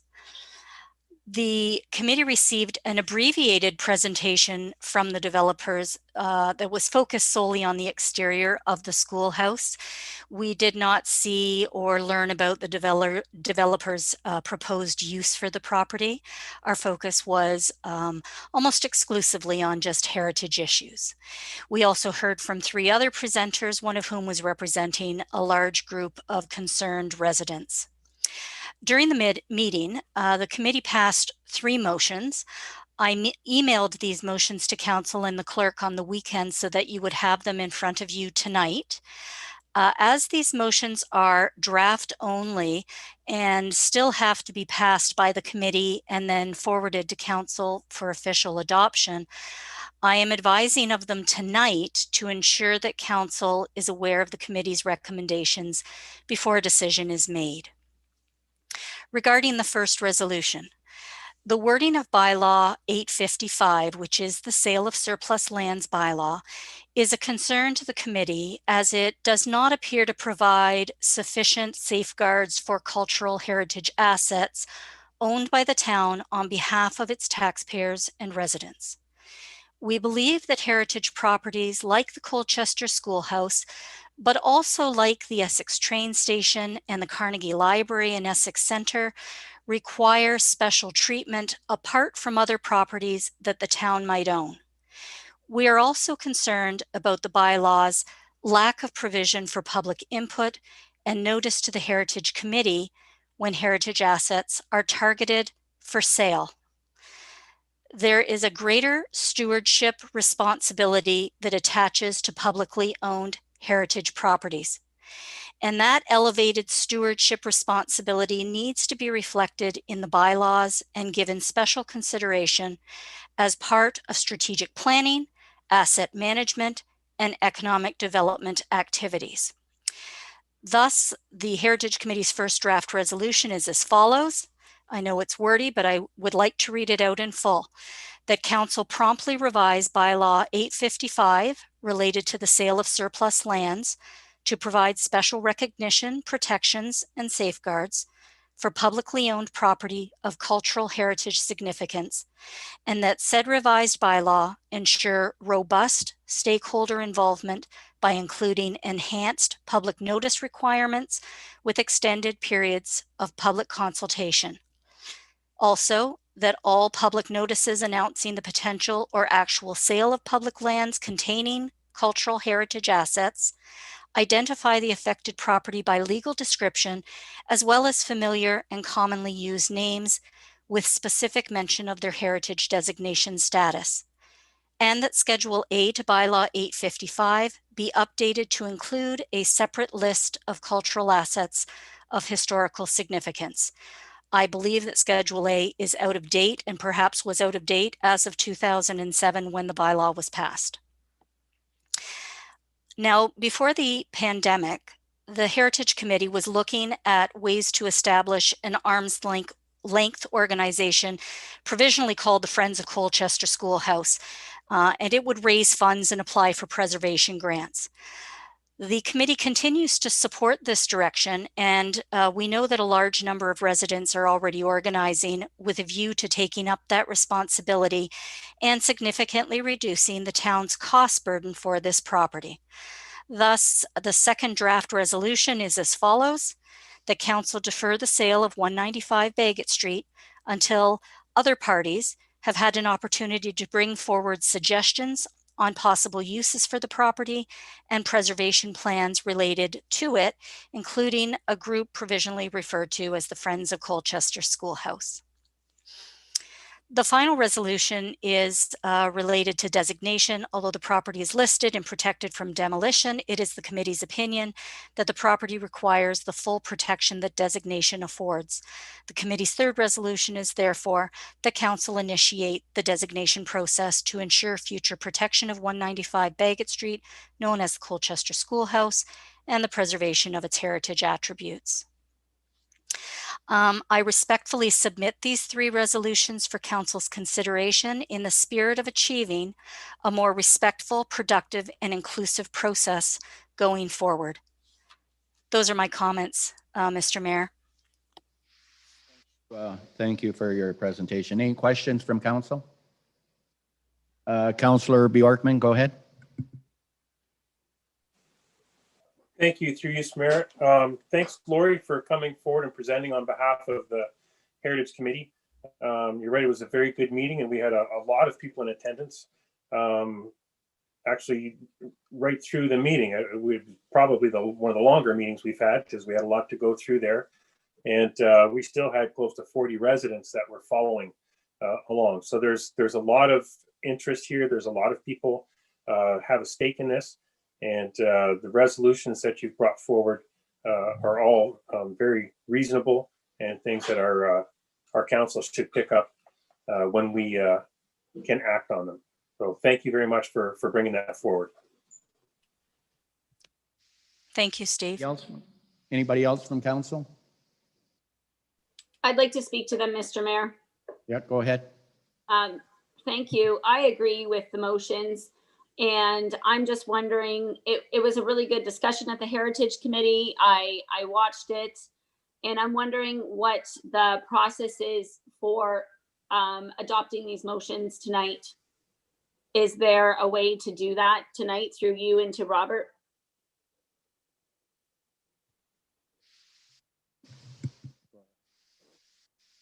Through you, Mr. Mayor, as Ms. Brett mentioned, far as resolutions coming from the Heritage Committee, they would still require minutes that have been approved and have been adopted by council because the committee is a body of council ultimately. Certainly, council, if it was its desire, could consider these resolutions as being their own by way of resolution passed this evening.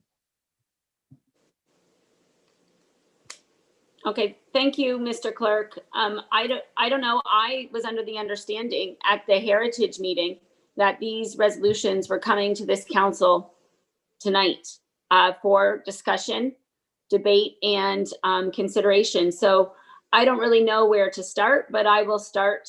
I I don't know, we could start at number 1. That council promptly revise bylaw 855 related to the sale of surplus lands. Is there appetite to debate these tonight?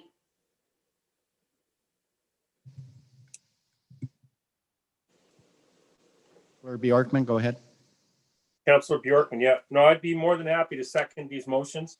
Now, these would not be recommendations now from the Heritage Committee. They would be our motions that we take up. So I think we've all had an opportunity to see them. If there's anybody that wants to debate them, has issues with the wording, but I think everything that's there is really in place to protect our heritage culture or cultural heritage. Say those things right. And there's no reason for us not to act on them. They're obviously instruction to administration because we're talking about changing bylaws. It won't change anything tonight because we can't adopt a bylaw, but we can get the process started. And we can do that today instead of waiting for another 2 weeks for minutes to be received. Okay, so then I would make a motion that we pass motion 1 that Lori Brett has presented, and I would pass that council promptly revise bylaw 855 related to the sale of surplus lands. I won't read it all. Everybody can see it. Okay, to the motion. I'll need a second. Councilor Vanderdoel, like to speak? Yeah, Councilor Bjorkman is a seconder, and discussion. Go ahead, Councilor. Go ahead. Yeah, I'm opposed to all 3 of these motions. I think this is just going to be adding more bureaucracy, more delay, more government, more costs. I don't think this is necessary. I think the current process we have for disposing of these properties is fine. It's working fine now. It's getting us most of what most people in the town want, but one group doesn't. I think if you start to ask for extended public consultations, well, everybody and his dog will be coming in. That's why we have a council. We're elected to make these decisions, not to consult with everybody so they make it for us. It's up to us. Our necks are on the line, and that's why the system is set up this way. And we should have the guts to make the proper decision. When you farm it out to everybody, what happens is there's no decision. And if there's a few people on this council who've had some experience in the public sector, and if you want to kill a project, just delay it. Private sector moves at a velocity that's like 5-6 times faster than government. And if we don't do this quickly, someone else will build it down the road, and this deal is dead, and the school will be doomed to slow rot, which I know some people want.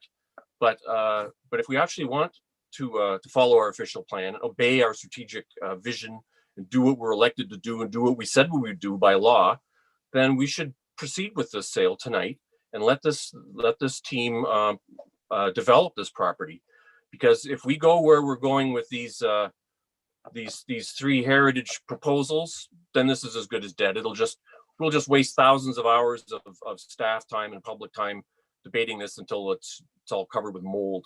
So I'm opposed to it completely. Thanks. Just a point of clarification, Mr. Mayor. Go ahead. Moving on these 3 proposals tonight on these 3 motions will have nothing to do with the schoolhouse offer that's in front of us. These won't take effect until there has been a bylaw change and a bylaw establishment, which we are not doing by this. We are asking administration to change those things. They will change in the future. It will not affect any business we're doing today. Wants to add to this? Go ahead, Rob. Through you, Mr. Mayor. I suppose I need clarification. My understanding is first item that came out of the Heritage Committee. I do want to note that the second item, and just want to ensure that council is clear, the second item says that council defer the sale of 195 Bagot Street until other parties have had an opportunity possible uses. So if that is a subsequent motion that council may be considering tonight, council does need to know that the current proponents agreement that is conditional upon passage of an approving bylaw on or before January 31st, sorry, dry throat. So I just want to make sure council is understanding on that. And again, my understanding was that the first motion was just relating to the first draft recommendation that came out of the Heritage meeting. Is that fine, Councillor Bondi, with the first one? Yes, Mr. Mayor, one motion at a time, I think. And we're starting, I think, with the easiest one. Yep. Okay, to the motion, we had a mover and a seconder. Councillor Verbeek, go ahead. Thank you, Mr. Mayor.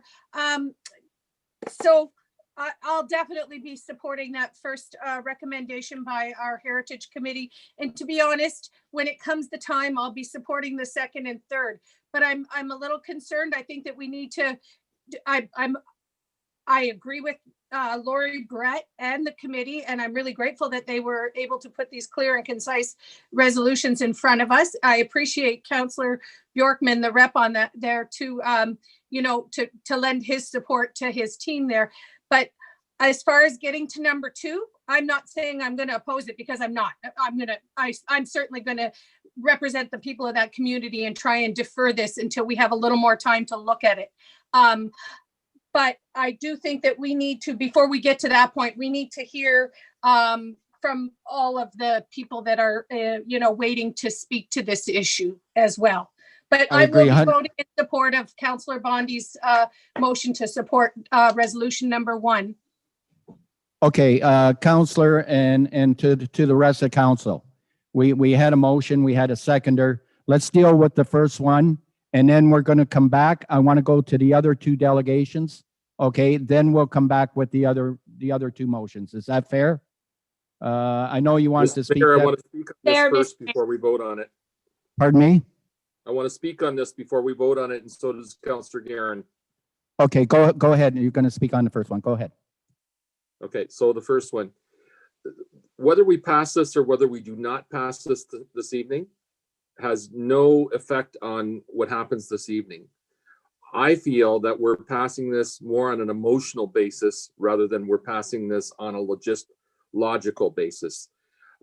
Before we pass any bylaw, I want our administration, and I know Lori was, Brett was our bylaw.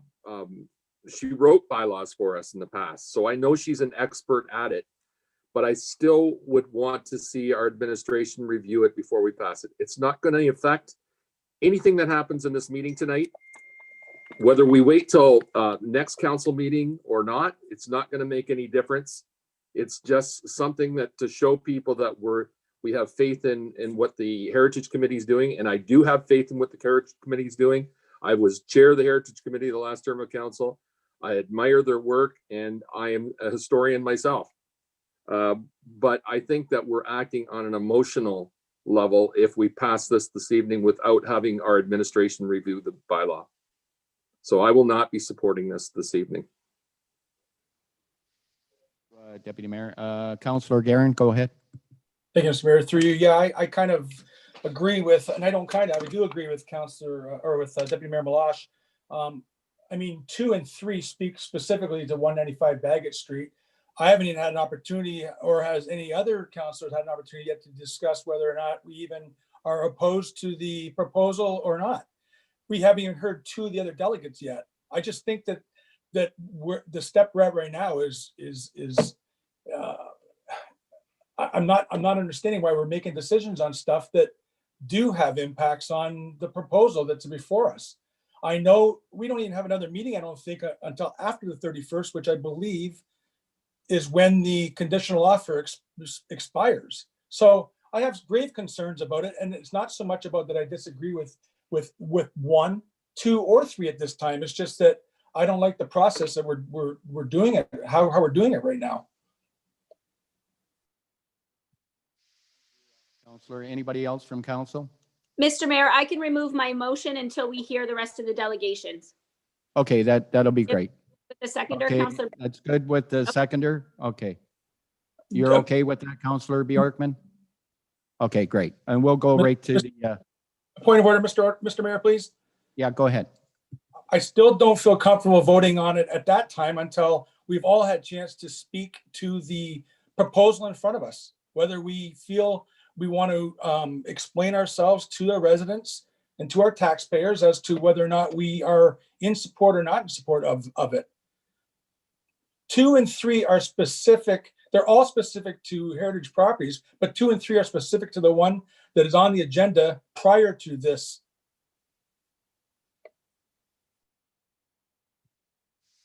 Councilor, go ahead.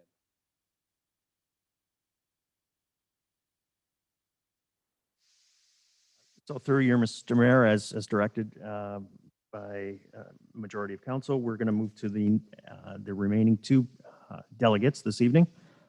Our next delegation is Linda Leopold and Heidi Affleck, also here to speak on 195 Bagot, the Colchester Schoolhouse property. And Heidi, if you're there. Hi there, Mr. Mayor and members of council. Is it possible to share screen for a presentation? Oh, fabulous. Wonderful. We did not get confirmation that it had been received. So thank you very much, Mr. Mayor and members of council. Thanks for having us. I am Linda Leopold. I've been a member of this, resident of this area in one way or another for more than 24 years. Heidi, I don't see your face on camera, but I'm not sure if Heidi's turned her camera on, but she also is a resident of the village of Colchester. The issue of the potential development of the schoolhouse property in the village certainly struck a nerve on many levels. You know that by now. You've heard a few of them today. A process that lacked transparency, significant heritage resources that were undervalued potentially, and a loss of community space. These are certainly valid in and of themselves, but this proposal intersects with another issue that is facing the residents of Essex, and more importantly, those living near places that are attractive to our visitors. I'm speaking about the rapid proliferation of short-term rental properties. Ms. Chadwick spoke tonight referring to a zoning proposal amendment with respect to short-term rentals. We were not aware of that before we prepared our delegation, so I'm ad-libbing a little bit with my comments here, so I ask for your indulgence. When the group of residents came together to discuss the schoolhouse property proposal, the issue of short-term rental came up, and the negative impact to the communities, to the neighbors, came up again and again. So what we're going to do first is we're going to ask Heidi, who's a resident and a neighbor of short-term rentals, to speak to what it's like to endure these kinds of properties as your neighbor. And then I'll return and I'll present some results of some surveys and some feedback from the community that we've gathered over the past 2 weeks. So Heidi, I'll pass it to you. Thank you. Okay, I'm speaking on behalf of my neighborhood and my street. And because out of all of us, our family is the one that's been affected the most from the short-term rental properties. We had already been in discussion with a couple councilors about the issues we had over the past summer. So timing of this sale and development is a little ironic, mainly because this development was referred to as short-term rentals in the December 21st meeting. Keith and I built our dream home at 67 Sullivan 5 years ago, and it's been great until this year, when we became surrounded by short-term rental units. I don't know where our presentation went. Linda, do you have the presentation? Thanks. Can you just click to the next slide? Here's a map of our house and the current listings. Do you see that? There are 5. Put yourself in our shoes. Would you want 5 short-term rentals abutting your dream home, paying lakefront taxes, and not want to spend time in your yard because you're surrounded by strangers and rude behavior? I sent you all a few emails. You can go to slide 3 now. I sent you a few emails and photos of a handful of issues, so I won't get into all of them right now. But I can tell you this summer was not fun, with motorcycles revving, driving in both yards till 1:30 in the morning, fireworks and debris from them landing on our roof. We don't want anyone to have to experience what we did this past year. We have no problem with properly run short-term rentals.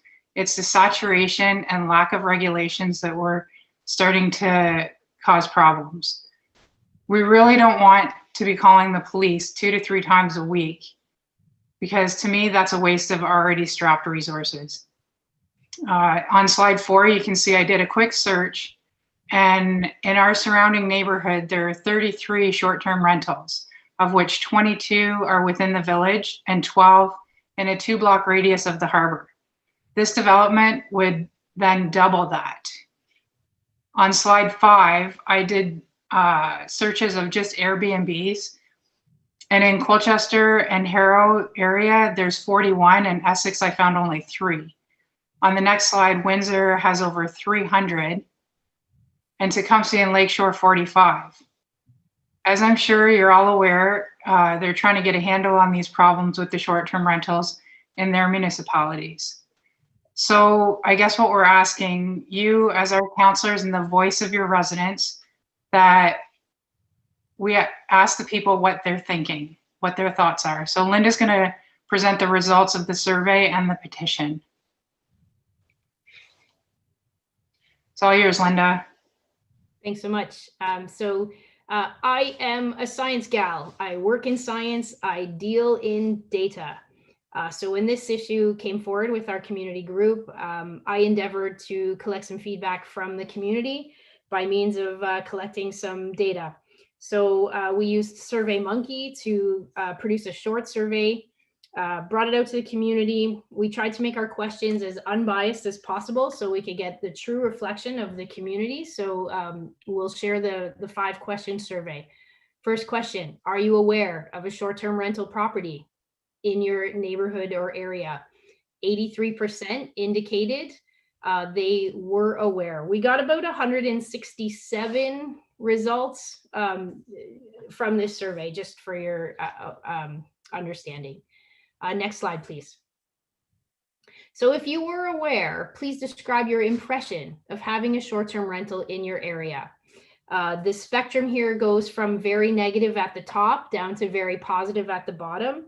You can see from the numbers here, the negative at 45% outweigh the positive perceptions to 31%. So almost 15% more for a negative impression of the short-term rental in your area.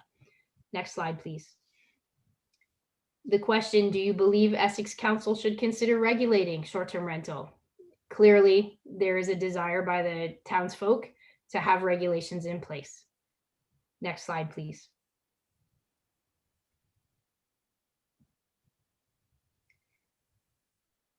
Next slide, please. Great. So question 4, would you support more short-term rentals in your area? Again, the spectrum on the top from strongly yes to strongly no. You can see clearly the no is the more numerous result here. So there's a 48% negative feedback in terms of moving forward with more short-term rental.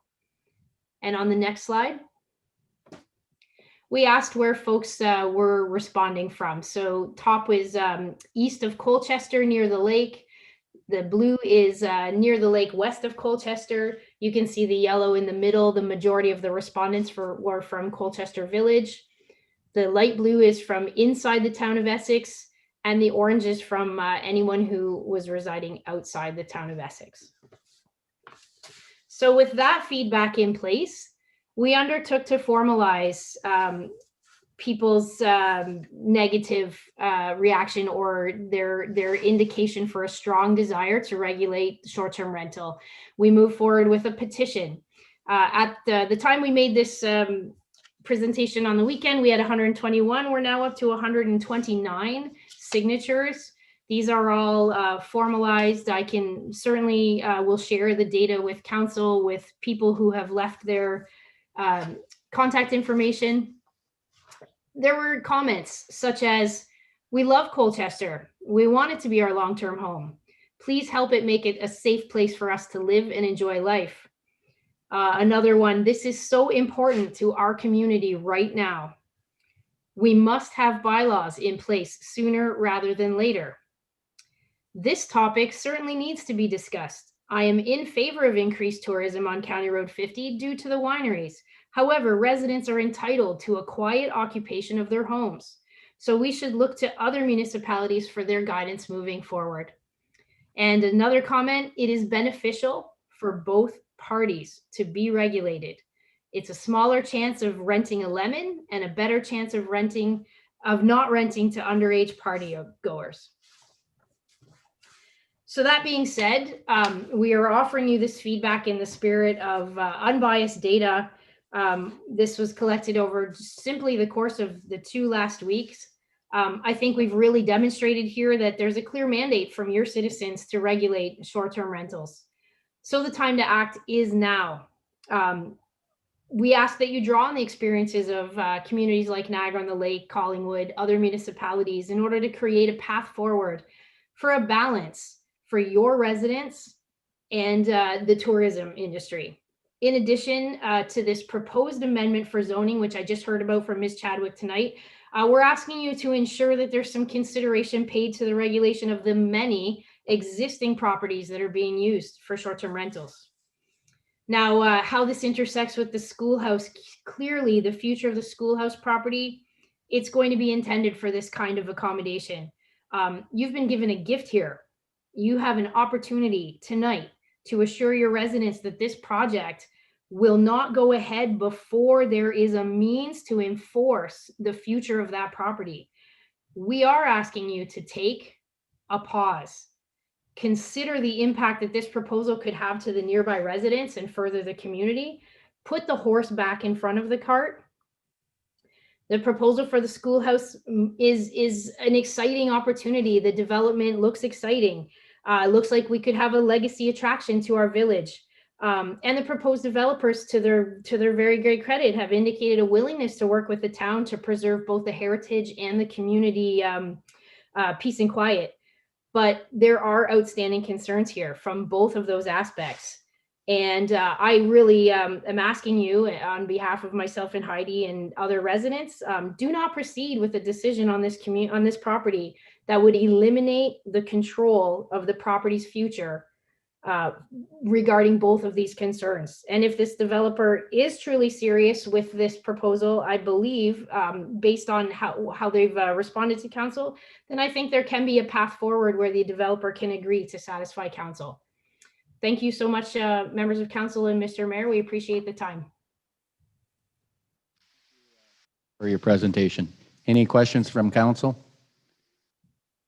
Need a motion to accept the presentation then. No, just Council. Oh, just Councilor Bjorkman. yeah, go ahead. Just quickly, I want to thank them very much for coming forward. It's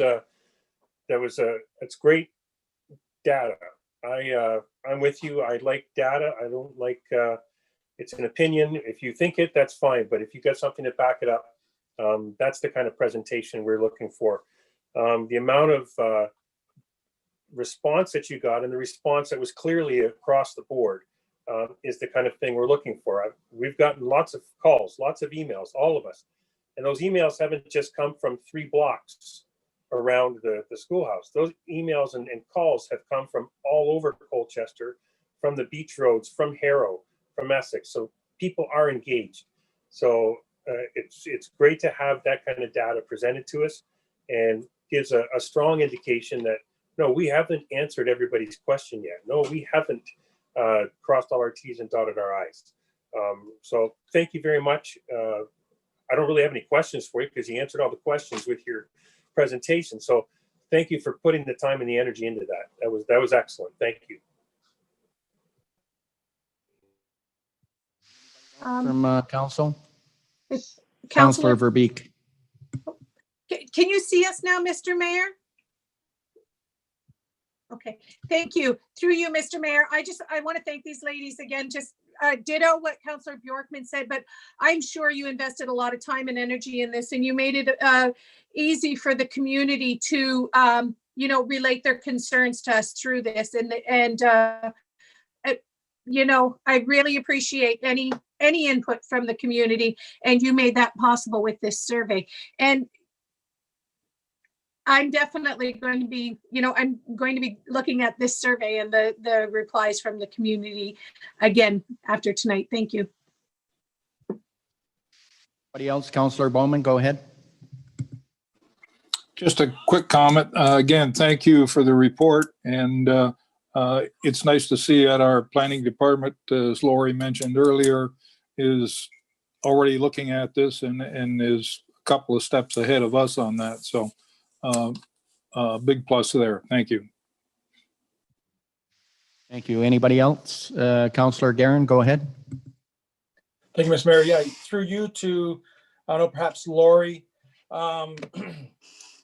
with the short-term rental stuff that administration is working on behind the scenes, would a sale of property today exclude the proponent from anything we decide on in the future, or would they be held to whatever we adopt?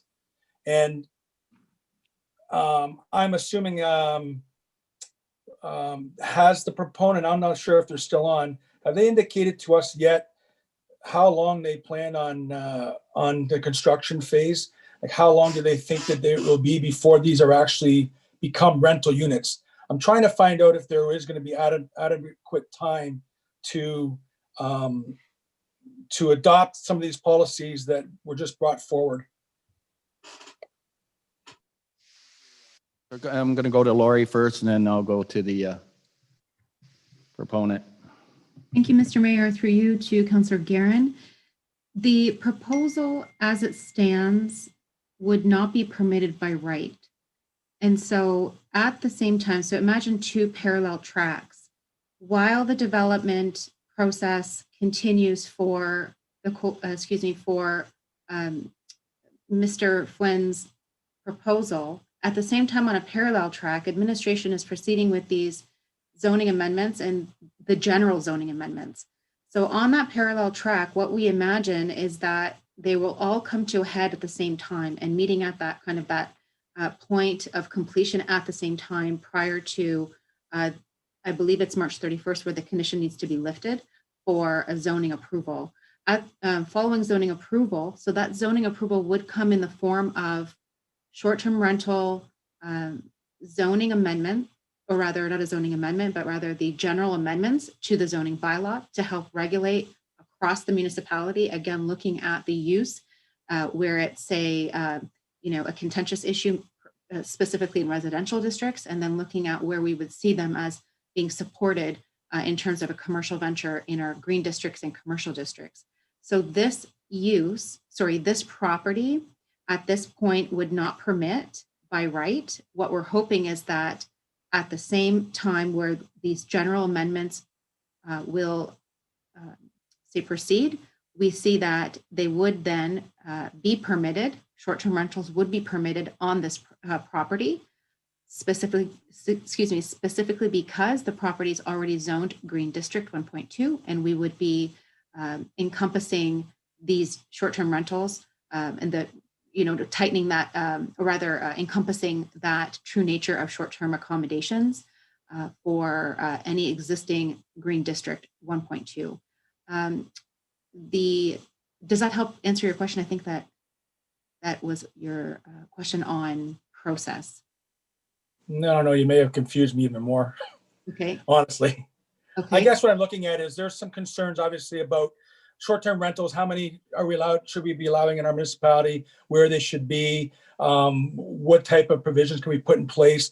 My question, I guess, what I really want to know is existing short-term rentals that are already there, whatever we put into plan in the next month, 2 months, 3 months, they'll have to abide by it, or would they be grandfathered from it? And I wanted to know when Flynn Group's potential, I know it has to go through the site plan, all that kind of stuff, and approval process. I kind of want to know when they think, or when administration thinks, the real approximate time would be for them to be up and running. Okay, thank you. Through you, Mr. Mayor, to Councilor Guerin. Any short-term rental would need to follow the regulation in the zoning bylaw. Any short-term rental would not be grandfathered in. What we're hoping is that by better defining, by being able to regulate the location of the land use and being able to regulate certain uses, certain components of the use, then it gives our bylaw enforcement team the tools that they need to enforce. So no one is grandfathered in. What we're hoping is that they're all going to work. These definitions, regulations are going to work and help us be able to enforce within the next couple of months, actually. Thank you.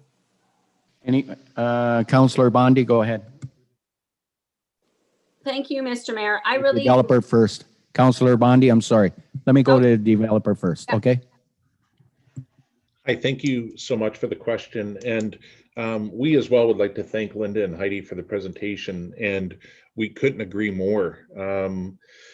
Short-term rental is an unregulated, unhosted, unmanaged accommodation. We would stress once again, this is not what we are. This is an extension of the Grove Hotel. In Kingsville alone, there's over 100 Airbnbs, which don't bring any staffing, they don't bring any jobs, they don't bring any investment. Again, please don't confuse what we are and what we propose for this development and bringing to Colchester. It is a professionally managed extension of the Grove Hotel. And once again, there is a defined development process. Through that process, the community and heritage will be involved in the schoolhouse and through the site plan development process. We would anticipate, to answer a timeline question, Council, if I might, Mrs. Chadwick was correct. It is March 31st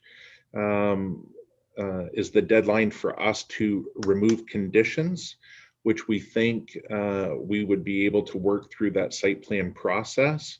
As far as being able to accommodate on site, we would anticipate fall of 2021.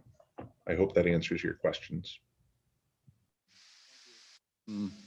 Councilor Bondi, you want to speak next? Go ahead. yes, please, Mr. Mayor. So I see that Ms. Chadwick mentioned 2 train tracks converging, but I actually see 3 train tracks coming. And the third is I've fine-tooth combed the official plan, and I've gone through the Colchester secondary plan fairly thoroughly. And I see that from what I'm reading there, the Colchester secondary plan is from 2007. So I know we rolled out the red carpet for Crew when we had a sign bylaw that was 5 years old. Now we have a Colchester secondary plan, 2007 to now, I don't know, 13 years old. I don't know, it's old. So I really feel that we have to touch on, and we have to go back, and we have to get more feedback from the Colchester residents. I keep coming back to this. Is this what we want for Colchester, or is this what Colchester wants for Colchester? So I do see it's 3 train tracks. The Colchester secondary plan says yes for lodging, like it says lodging, but it has to be balanced, and it has to keep in mind the unique characteristics of the property. You can read the Colchester secondary plan if you are a developer and totally fit it into what you want to develop. And then you can read it as a resident and totally fit it into what you're thinking as a resident. So to me, I think it's very outdated. I think we need to do some public consultation in the Colchester area. And you can tell by how many people are engaged on this issue with the short time plan. I don't believe a lot of people are saying no to accommodation that is good accommodation.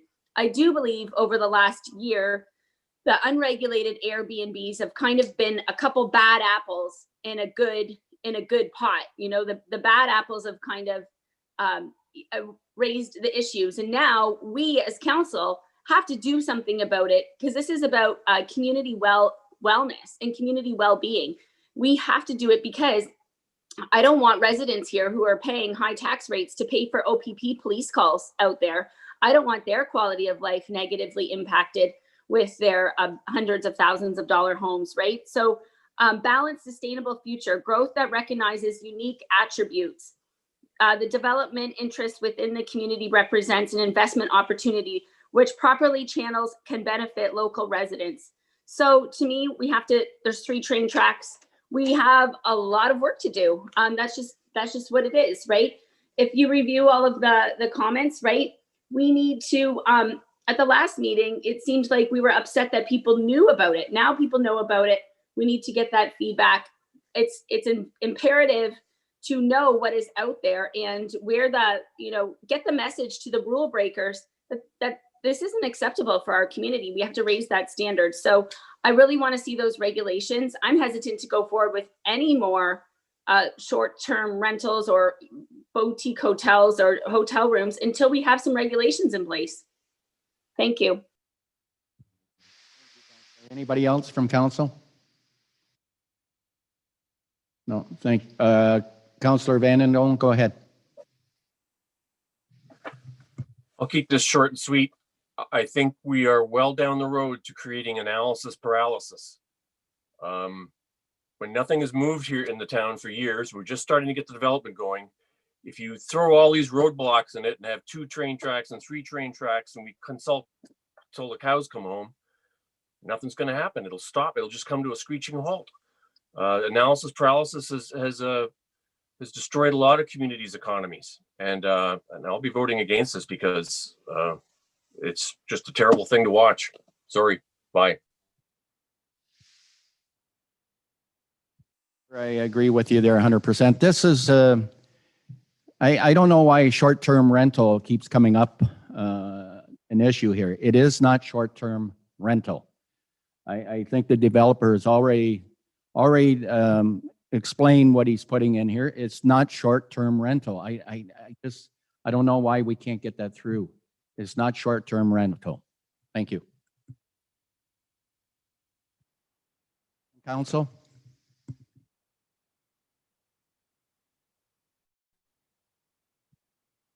Yeah, I need a motion then to receive the presentation, and then we have one more. Councilor Bowman and Councilor Bjorkman, all in favor? Carried. Thank you, Linda and Heidi, for the presentation. Thank you, Mr. Mayor. Our last presentation this evening on 195 Bagot is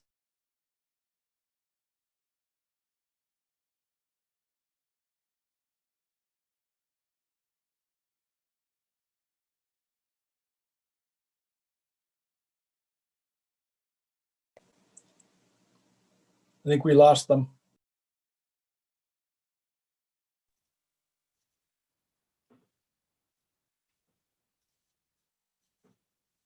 I think we did as well, and I think they're just logging in.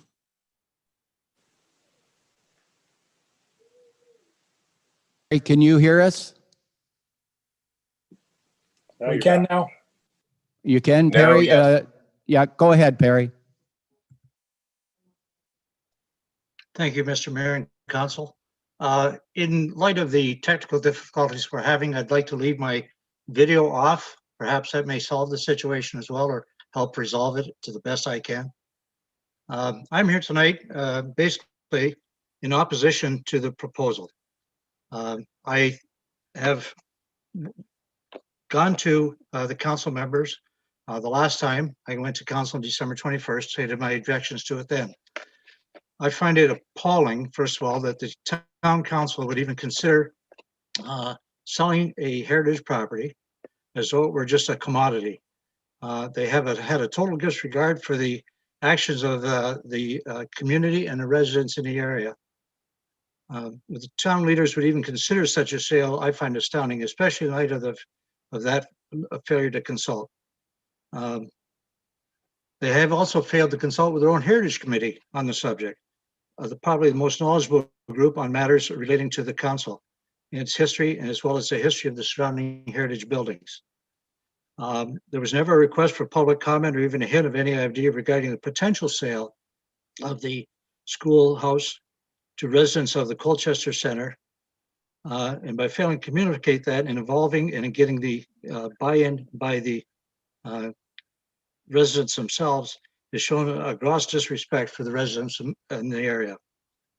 In most views, mine included, council chose instead to try and sneak the notice of declaration of surplus of potential sale to an unknown developer who didn't want to go public with their plans at the height of a COVID epidemic, while residents were preparing for their holiday upcoming seasons. I can only assume that council thought they could push a notice of declaration of surplus land through under the radar with residents of the town of Essex who are more concerned with their health and safety as well as the holidays. I believe council may have mistaken and underestimated the power of those people. We are alert and are watching and have responded, and we like to have our voices heard. I came to council on December 21st and voiced that opinion as I just stated. And I also went to the Heritage Committee meeting of January 14th of this year, where I again voiced my objection to the sale of the property and requested the Heritage Committee send a strong and clear message to the council voicing that objection. As part of the supporting documents provided to the Heritage Committee, I stated that I am willing to take the lead towards forming a Friends of the Colchester Schoolhouse as a nonprofit society. That offer still stands. I know it's not something that is going to be easy. I don't take that offer lightly, and I intend to realize it to its full potential. It will take a lot of time and dedication on my part, as well as those who have indicated their willingness to take this on and get the schoolhouse restored to its past glory, if possible, depending on, of course, structural issues and things like that. We haven't had the opportunity to view it. We don't know what work has been done by the town specifically. We don't know what other issues are coming up in the near future, but we're certainly worthy of investigation. During my attendance at the Heritage Committee meeting, I also provided the chair with 5 pages which contain excerpts of past Heritage Committee meetings, minutes, as well as a council meeting of April 6, 2020, when it was the first notion given more or less publicly at a council meeting that the property would be even considered for sale. Since that time, the intention certainly has raised a lot of issues, particularly in light of the short duration, the short time span that the proponents have put forward to allow public information to be heard. I've done my best to get the word out. We've papered the town of Colchester, which is very easy to do. You're only talking maybe 25 blocks of actual residential area with flyers. A lot of people thought forever that this property was going to be developed by the town. They were waiting for things to happen that never developed. They've expressed that intent to me, that they thought work was going to be going forward at any time. So regarding with the property, the proponent's presentation here tonight, I don't agree that the schoolhouse is a proper venue for that package. I disagree that with the format of it, particularly with the property, the building density on the lot. You're looking at an area with larger waterfront homes. You're looking at the other north side of Sullivan, I'm sorry, which is going through regeneration. There are several large homes there, as well as some original cottages. But generally speaking, there are larger homes along that area. It's also in the heart of the cultural area, which could form an excellent park area, quiet area where people could come and relax away from the business areas of the park along Jackson Street and the beach area and the marina, where it's always busy, traffic's heavy, things like that. If the property were sold and developed as present here, the company might go out of business. And what would happen then? What would the town be stuck with? The ownership of the property may be lost as a heritage property forever. I request the council not make a decision that cannot be reversed. You can't unring the bell. Once it's gone, it's gone. I'm certain the proponents of the development have some serious lobbying done in order to purchase what they perceive as suitable use for the schoolhouse and the green space around it. At that point, I understand that Mr. James Flynn was involved in a deal that went sour after being in operation for about 5 years in Windsor. That proposal, that business venture, ended up with a result of 60 employees losing their jobs.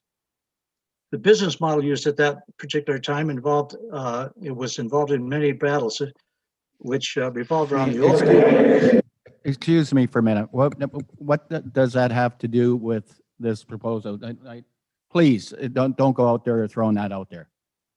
What it has to do with the proposal? No, get to your point. Get to your point where you're going with this. The point is, Mr. Mayor, that it's possible that we don't need to slander anybody here. I don't intend will to not- slander, sir. It's public I information. don't allow, sir, I don't allow that with my council, and I will not allow that through a delegation. Thank you for your comments. Now, I will try to proceed again if I may. However, you may also consider that slander. And I certainly don't intend that by my comments. But the residents of Colchester and the town of Essex cannot trust the mayor and council to look out for the residents' best interest. And that was shown by what many perceived as a closed-door meeting where you have accepted a conditional offer for the purchase without benefit of an open tender, and as should be standard procedures in such cases. However, those same residents want the mayor to know that if the council is getting a fair price for the property, or with this closed door deal, and that is a question that was raised earlier. How do you evaluate the property? So in closing, I'll just ask you one quick question. I know you're not going to give me the answer, and that is, do you think, what would the dollar value be that you have accepted for the selling of a 140-year-old heritage of the area that rightfully belongs to the residents of Colchester Center and the town of Essex, who have paid for the schoolhouse and its maintenance and upkeep over the years since the town has had it, since 2008. I think this forming a Friends of the Schoolhouse would be appropriate. We can have some longer range plans where that whole area could be developed as green space and maintained as green space, available for parking on a short-term basis as it's already being done. But I think there's also some opportunities for Mr. Flynn and Mr. Lewis to consider another option. And that would be to take this off the table for that location. I understand they've got money invested in it and in development and drawings and things like that.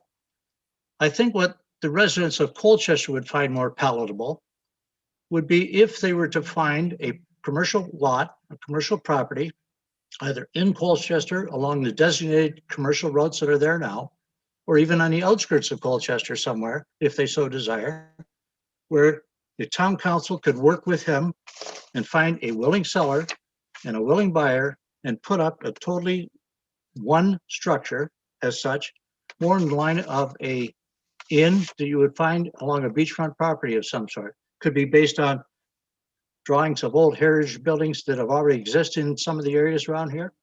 They could put their 12 or 14 units in the hotel as suites, and I'm sure that would be a very attractive option to what is being offered today. I realize that the time frame that the Flynn and Mr. Lewis are putting together is under a deadline in order to captivate on the upcoming market, probably for the summer months. I don't know whether that would even be possible with a COVID virus going on. And I think that's something that will have to be looked at. But I would suggest that perhaps they go back and work with council and see if they can't come up with a more acceptable plan for the small community. We're only talking 25 blocks for the whole town. So to cram these in, 14 units, plus a service building, plus the school in one lot, where usually you might have 4 homes. It just seems totally out of place for me. Thank you for your time. Questions from council? I need a motion to accept the presentation, please.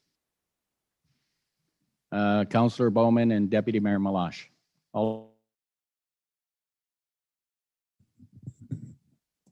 And I guess I'll come back to council here.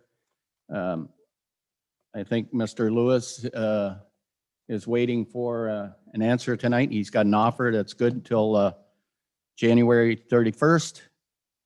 And I'm going to leave it up to council, the recommendation. Mr. Mayor, it's Councilor Verbeek. I'd like to just, I have a statement for Mr. Baden Perry, if he's still there. Yeah, go ahead. Councilor. Thank you. I first want to thank you for all your work on this and your commitment to, future work on it should that come to pass. And thank you for coming before us tonight. I'm not sure I'm 100% in support of what you're suggesting, but I do appreciate that you are offering to. Mr. Mayor, through you to the rest of council and to all of our delegates that are still with us, I can see, and the community that's watching. We've all heard, all of us have been getting phone calls and emails. I spoke to the developers again last night, and I said, I'm going to be straight up honest with you. We need some hotel accommodations. And tonight, after seeing this presentation, man, this looks really sweet. And there's a real good chance that some of the people that live in that community may support this as it's been laid out to us today in a clear form. But to be honest, what's the elephant in the room here is that we've all been hearing from residents that they feel like there was a backroom deal, that they feel like we haven't been transparent enough. And that's not the council we want to be. That's not the mantle I want to wear for sure. And they've asked us resoundingly to just step back. Now, our developers here have said over and over, they really want to work with us and this community. So I don't understand. I imagine if that in fact is factual, then they shouldn't be too concerned about just pushing it out a few weeks so that we aren't leaving our community feeling like this is being pushed through, because that's exactly how it feels. Like, I feel a little panicked right now after tonight. It's like, I really have to make this decision now. I'm just accumulating all this information and I'm just digesting. Honestly, there was 5 emails that came after 3 o'clock tonight that I haven't had time to read because we had a 4:30 meeting. So I'm not comfortable making any decision tonight. This is a really significant decision. And if these developers are really willing to do this, which I'm not going to say that I'm opposed to, because at this moment, I'm not opposed to this development. I'm opposed to pushing it through because I can feel the community's concern about us pushing it through in this manner. So I want to be upfront with that right now. I am not opposed to this development at this stage of the game. I'm opposed to pushing it through tonight before we have time as a council to digest and give it back to the community. It's clear they want to speak on it, and that's what we're here for, right? Is to hear from them and then represent them. So I think they've asked us to put a pause. It doesn't have to be a 3-month pause. I think we need to listen to our community, put a pause on it. The developers have been very clear they want to work with us, so I'm sure they're not going to oppose to a small pause. Anyway, those are just some of my thoughts. Thank you, Councilor. If I can just speak for, I want to assure the public out there, the residents in that area, the residents of our municipality, there was no backroom deal made here. I don't know where that come from, but it's out there. There was no backroom deal. We declared the land surplus. We had an offer come in, and I can assure the public, and I'll say it again, I'll assure the public, the offer was quite healthy. They're paying what the property's worth. I can assure the public that. This development is not, I'm going to say it again, it's not short-term rentals like the public is assuming this is short-term rental. It's far from that, okay? It's a hotel, okay? It's part of the Grove, okay? And this is a win-win all the way around. What do we want out here, okay? Like it was said a while ago, it could be sold. We could have trailers in there. Do we want that type of development out there, or do we want a proper development out there? So again, I'm going to support this tonight. I think it's a good development, and it's good for the Colchester area, and it's good for tourism also. Councilor Guerin, go ahead. Thank you, Mr. Mayor. Yeah, I've had a really busy weekend. This weekend was probably the busiest I've been on since I've been on council, with talking to residents. And residents I spoke to, yes, a lot of residents I spoke to were not, and it's hard when you can't express to them the proponents, the development that they're proposing, because it was talked about in closed session. But everyone I talked to seemed to have a really good idea of what was going in there. So, and I have spoke to a few, I won't say many, but I have spoke to a few that aren't opposed to it, that live in that area as well. And they had good reasons too. So that's what our job is. Our job is to listen to everybody and to represent as best we can. So putting a pin in this tonight, I do think everybody's quite aware of the situation. I think we could make a decision tonight, whether we feel it's the right thing to do or not. We have heard, I've been hearing from the community. I guess I want to ask the question to Perry if he's still on, because he's the person that is jumped up and is going to take the bulls by the horn, so to speak, and work on this with this Friends of Colchester group. How much time do you feel is adequate to come back with a plan that council and can look at, and how much time do you think you're going to need? Because we are, in terms of the conditional offer, it is January 21 or end of January, and the proponents have spoke tonight about why they want to proceed sooner than later.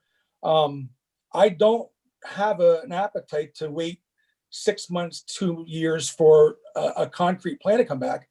If you're talking a couple weeks, that's one thing, but I really don't think at this stage of the game, 2 weeks would even be adequate. So we're going to be past that. What I'm getting at, we're going to be past that conditional offer. So how long, Perry, do you think it would take? And then before I make any decision on anything, I still like to talk in detail about my thoughts and on it as well. Thank you, Councilor Guerin. Through you, Mr. Chairman, Mayor, I believe I can be down at the town office tomorrow morning, gathering information as to what has been completed so far, what has to, as far as expenditures. There was, I think it was Mr. Sweet who indicated that they estimated repairs of $300,000. I have no idea what that's for, what would entail. I haven't been into the schoolhouse yet, but we have approximately 12 people who can form a committee tomorrow. They will put their life on the line, sign it out on a dotted line, and be ready to go. As far as these actual plans, we haven't had time to develop one yet. We've been trying to see if we couldn't at least save this building from sale. If we can't, then all our effort is for nothing. But if it is sold, then it's gone forever, as far as we can see. So we have put some effort into it. We have tried to inform the residents of Colchester as far as what the potential could be. And we're hoping that we can work with the Heritage Committee, with the council and administration and the town hall to see whether we can come up to an agreement where we can begin formation of the process. I don't even know how long it's going to take, for instance, to register as an affiliate with the Ontario Historical Society. I don't know whether that's a week or 2 weeks. I have no idea. But perhaps Lori Brett would know through her efforts through the Heritage Committee. So a time frame at the Heritage Committee meeting, it was mentioned of somewhere to 6 to 8 months. And that is within the realm of possibility, definitely. I think we can probably do it sooner than that if the effort is put forth. The other one that seems to be the big delay in it is, of course, the COVID virus, which prevents face-to-face meetings and things like that. So everything has to be done on a Zoom basis, virtual meetings and things like that, telephone calls. So it's going to be very difficult to move this process forward, but I am ready to go at any time. I can be down at meetings with virtual, however you wish to have it, with town council, with the planning department, whoever is necessary to get involved with it, including the Heritage Committee. Do I answer your questions, or is that just confusing the issue?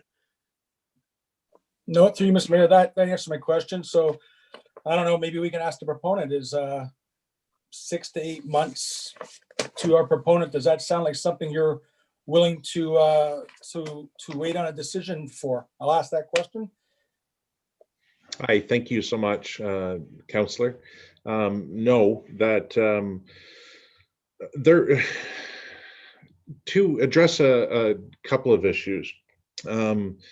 We've been working on this development. Again, we put forward our highest and best use for the property. We put forward a fair market value offer. And there's communities that are begging for investment.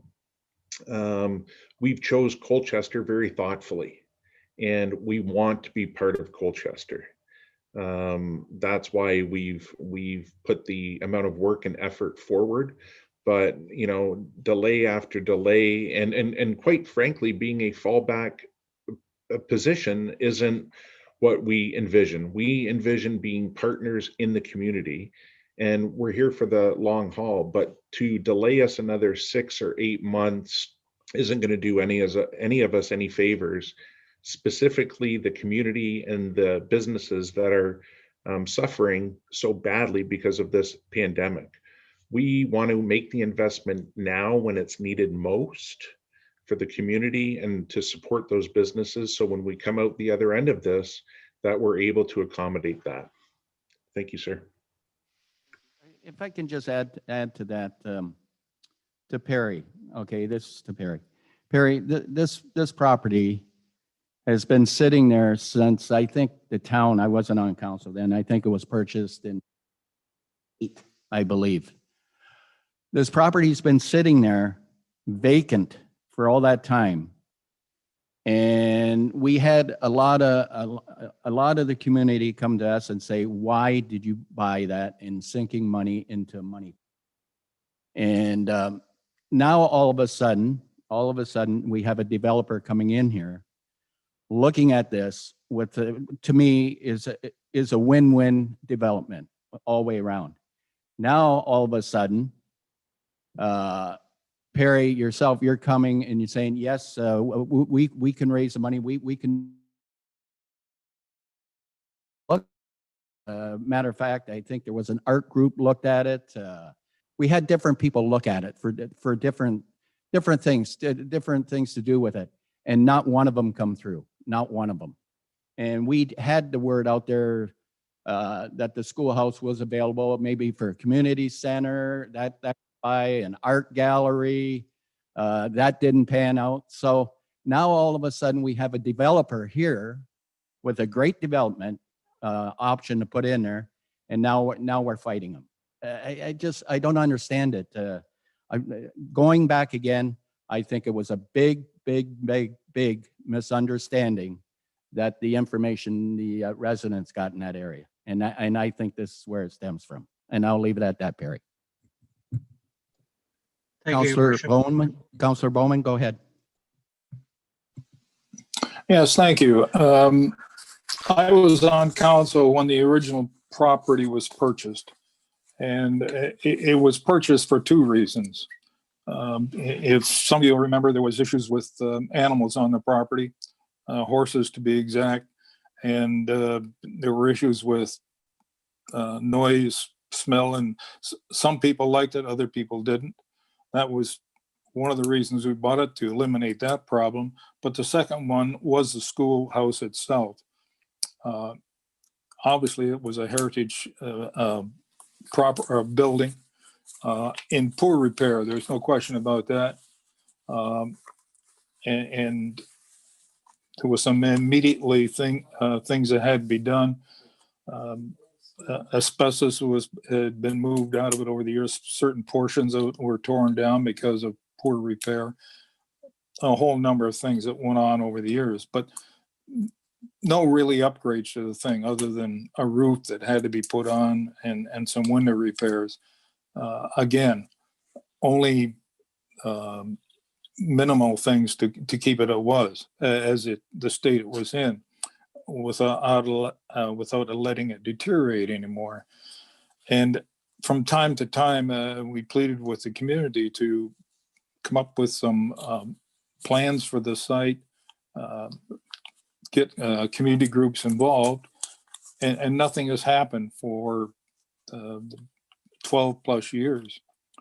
And when this developer approached council with an idea moving forward, it did one thing that we hadn't been able to do, was to preserve this heritage building. And I wasn't totally sure how that was going to develop. I heard some preliminary plans, but nothing too definite. Tonight's presentation really pointed out exactly how it was going to be preserved and to what degree and so forth. And their commitment is to maintain the heritage aspects of that property. I know it's not going to be kept in the public hands, but the fact that we're able to get it developed and maintain that historical essence, that schoolhouse will be there and move forward is I think a major feat to move forward with. I'm going to support the proposal to sell the property to that group with those heritage ideas in place, because I think it really fulfills the ideals of the council the day when we purchased it, and moving forward, it will keep that building as a focal place in their community, out there for the time in the future. So that's my reasonings. I know ideally it would be a public property. It would be, all the things that would go with that. But the reality is this is a plus to the community, not just the whole town, but even the Colchester village. Some may not see that as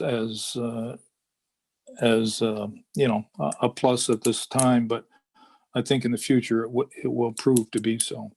So those are my reasonings, and that's where I stand. Thank you. Councillor Bowman. Is that a motion? Hold on. Before you make a motion, Councillor Bondi, you had some. Oh, no, Mr. Mayor, if Councillor Bowman wants to make that motion, I'll speak to that motion then. I'll second it. Vander Dolan.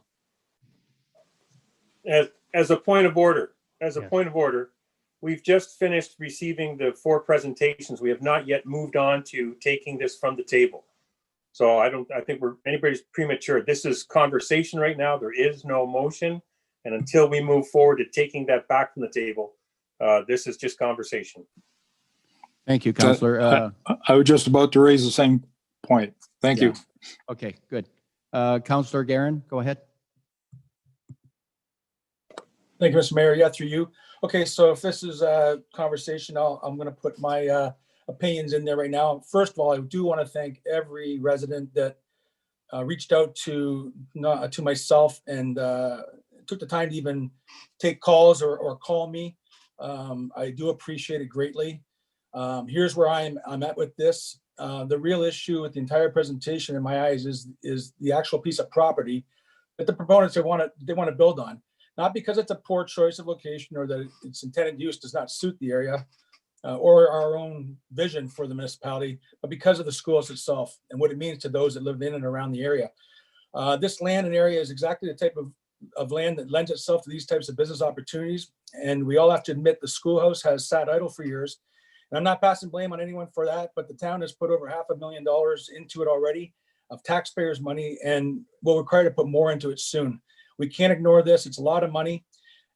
Can we afford to let it sit there as it is? Yes, it's not hurting anything right now sitting there as it is. It's very little financial burden to the taxpayers, but we do have a real opportunity before us, so we have to consider that as well. The building that the residents in the village of Colchester area are passionate about and want to protect it. Word of the potential sale and development has inspired them to come together and try to find a use for the building.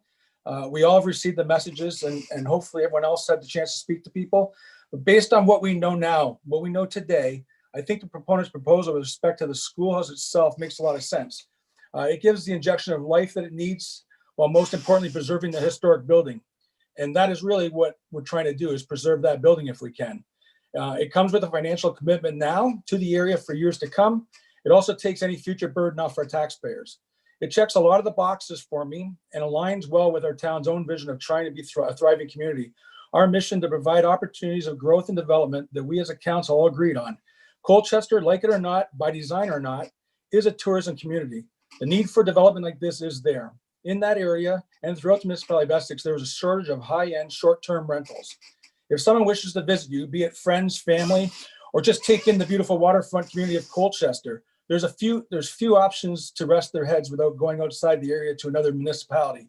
And if you do rest your head outside your own municipality, you're also losing those same dollars within your community. And I like those dollars to stay with us if it's at all possible. And that's why we need a hotel in Essex Center as well. We see the value of a hotel out there. We need a hotel out there. And when day comes, I can't wait for one to be there. I do believe we need to protect our properties of historical significance within our municipality. After seeing the proponent's proposal, I think we're doing just that in respect to protecting the schoolhouse. If the train station in Ward 1 sat idle for years, and this same opportunity came before us, and I was on council, I would be considering giving it the same support as I'm giving this. Taking all things to account, I am supportive of the proposal. Council of the past has poured taxpayer money into it. Many of the amenities in Colchester Beach area to support the needs of that area. The marina, the community center, the harbor, 1.9 acres of green space. We have added overflow parking in the area on County Road 50 and Dunn. We brought in paid security last summer to patrol our beach in the area, and much more. And we're going to continue to put money into that area to support that area. The community garden is a necessary thing, and in that community, there's passion for it. We will have to relocate it, and I believe we'll find a space that's fair for everybody, that's close by to where it is right now. So I don't see that being a major issue. There is no other property, I don't believe, in and around the community of Colchester and the village of Colchester that is going to satisfy our proponent tonight. Any of the town properties that we own have come with many zoning restrictions or are being used for solving problems such as parking.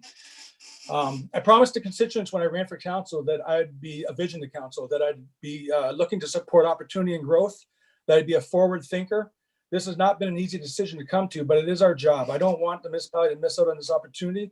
I don't want the developers to think that trying to deal with Essex is impossible or hard.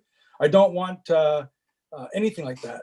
So as far as I'm concerned, like, I'm in favor of this development as long as it protects the schoolhouse in perpetuity, which means forever.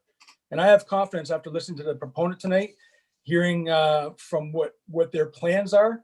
I really have confidence that they're going to fulfill that obligation. So that's where I stand on it tonight. And thank you very much for your time. Anybody else from council? Councilor Bondi, go ahead.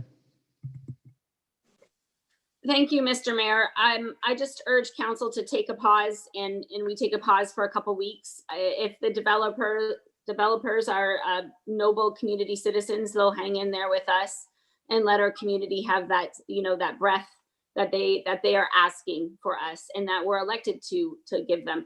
If we pass this, there's no heritage protections other than the listing, which is basically nothing. We have zero policies in place for transient housing bylaws, zero. And we are hearing from our residents that that's an issue down there. So in regards to the train station, whether it's being used or not used, I would never, as a councillor, vote to sell something so quickly.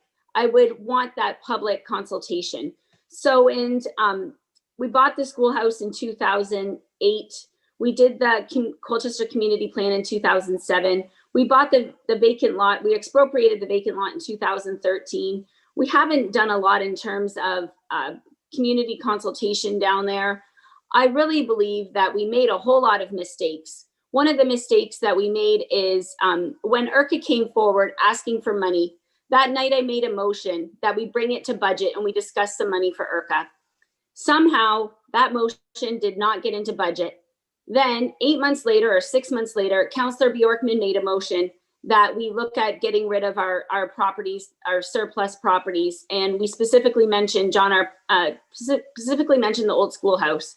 And that's how we got here today. So I feel like we made a lot of mistakes without involving the community, without being transparent to the community, without having community buy-in. And so to me, it's the process about how we're doing this. we're not engaging the community for any thoughts on these plans for anybody that, whether you live around there, and I know people in Harrow say it's beautiful and I want it, but I would, if something came in Harrow, I would hope that one of the McGregor or Essex councillors would say, okay, let's take a pause and let's see. We're just asking for a pause right now, and it's a process issue to me, and it's just going to have a bad taste in the mouth. I'm really actually shocked that the developers are sitting here right now saying we need this to pass tonight. That's kind of shocking. I would hope that the developers would say, hey, council, we see that it's a 5-4 or a whatever, a 4-4, and it's kind of close. You know what? We're not going to put you in that position because we know it's difficult on you. We're going to take a pause. So I would like to throw it back to the developers. Actually, they should take a pause for the betterment of our community so that we can all have a breath. We can get our community all rallied together and make sure that they're all okay with it. Or whether they do the Friends of the Schoolhouse, that's up to them. We let them do that if they want to do it. But I am not comfortable with this. So Mr. Mayor, whenever the motion comes forward, I would like a recorded vote, please. Thank you. For Bondi, and I'm a little puzzled that when this offer come in, you were all up in arms and happy and that this property was going to be sold. Point of order. Whatever. Okay, whatever. Point of order. I'm just making a point here. Okay, Councillor Verbeek, go ahead. I have a point of order. Go ahead. We don't bring up things that were spoken about in a closed meeting at any time. That's my point of order.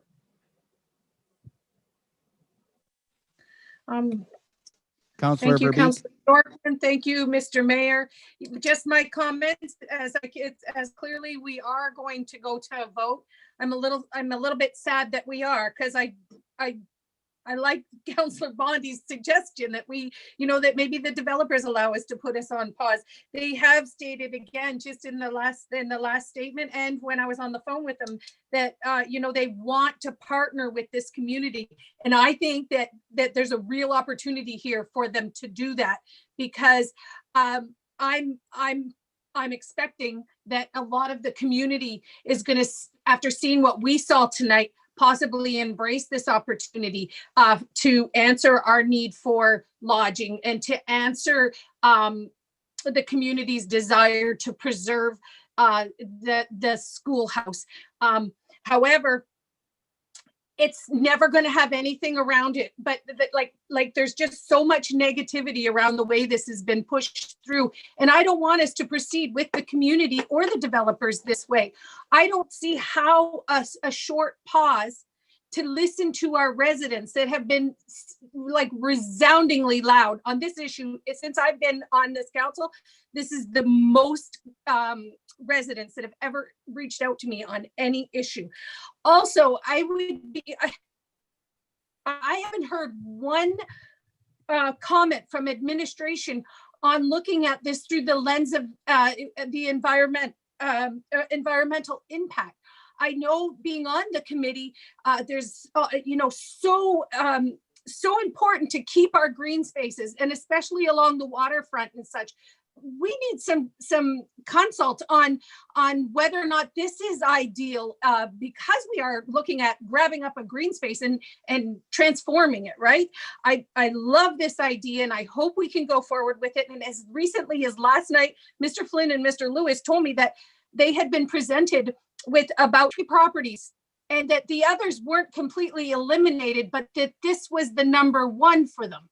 So maybe during this pause, like we look at maybe what were these other opportunities, and just let the community be heard and feel heard, and take this pause so we don't look like we're shoving it through, or that we're at odds about it. Do we really want to go to a 3-5 or 4-4 vote on this?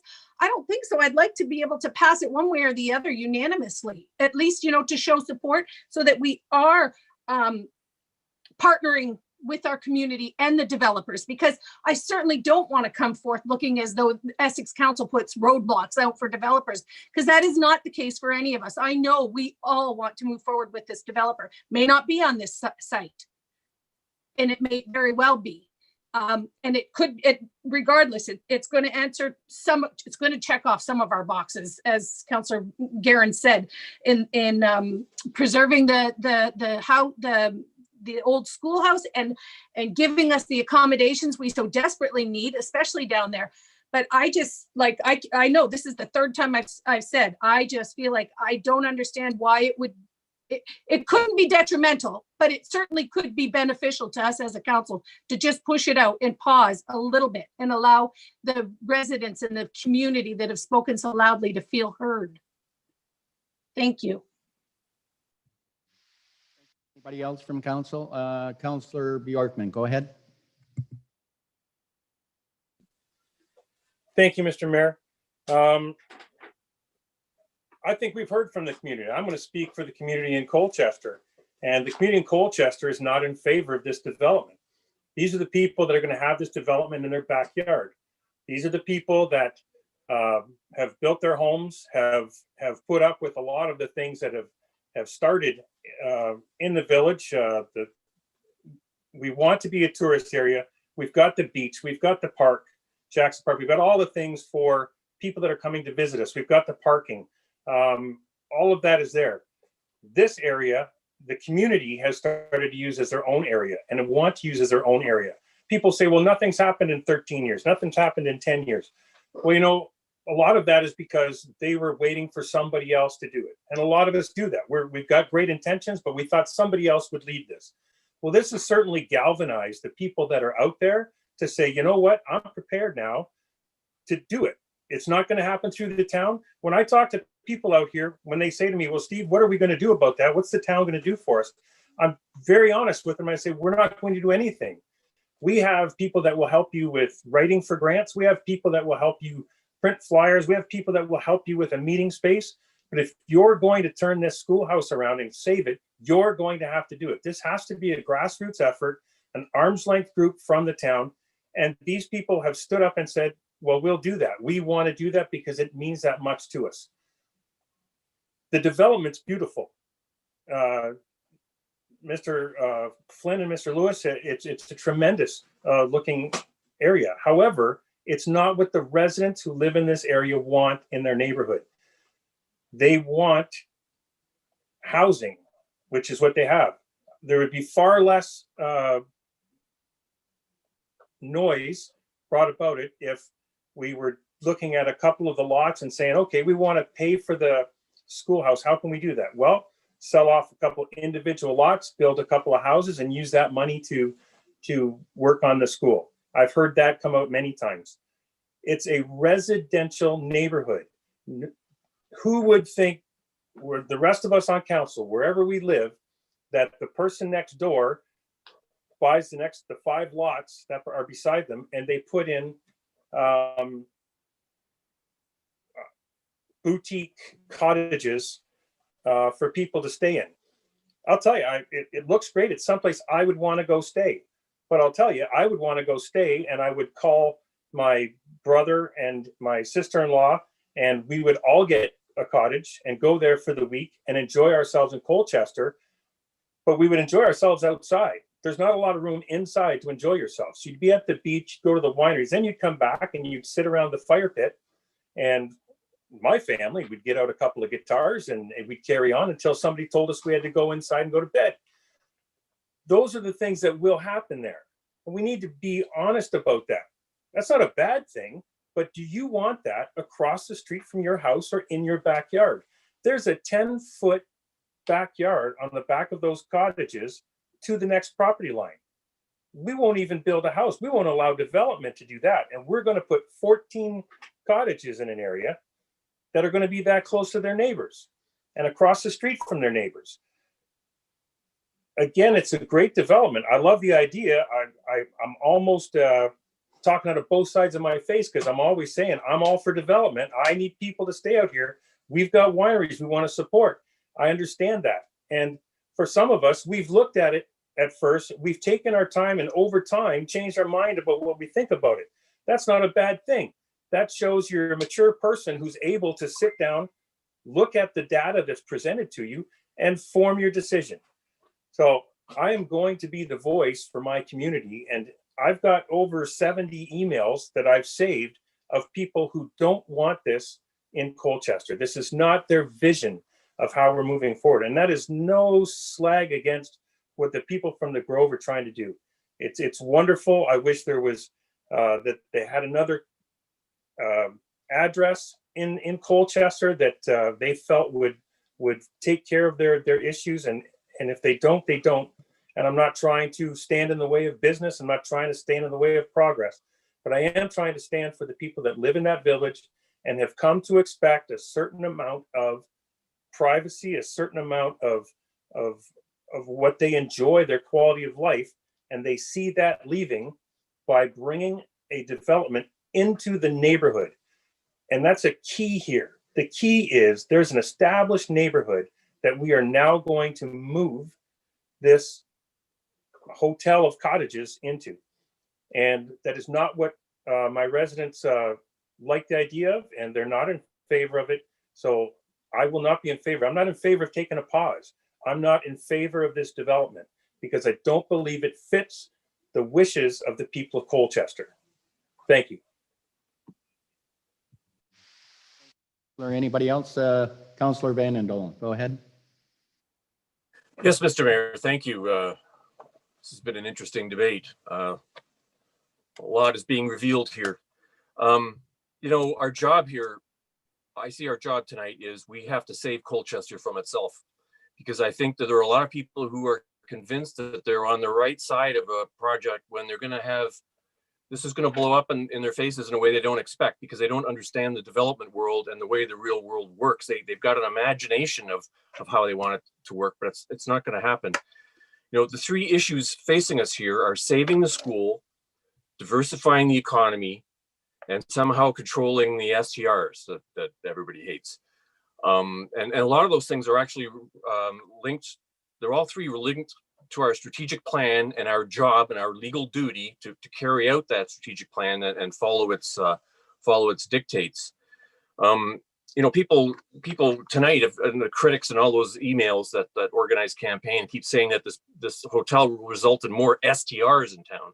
But in fact, the opposite is the truth, because the only way we can reduce public demand for those Airbnbs is to offer alternative accommodation. If we don't allow a hotel to be built like this one, then you're going to guarantee that you're going to get more of those Airbnbs that you love. Because blocking this deal only means that you raise the value of the remaining homes, the single family homes in Colchester, and all those investors up in Toronto with their millions will swoop in and snap them up one by one as they go on sale. And they're going to open whether you like it or not. In fact, if you don't allow this hotel to pass and operate, you're only going to have Airbnbs with zero control over them. You can call the OPP all you want, because they don't have any control over them either. And it looks like it's going to be a long time before the senior levels of government give that. So people need a place to stay. They'll find it whether you like it or not.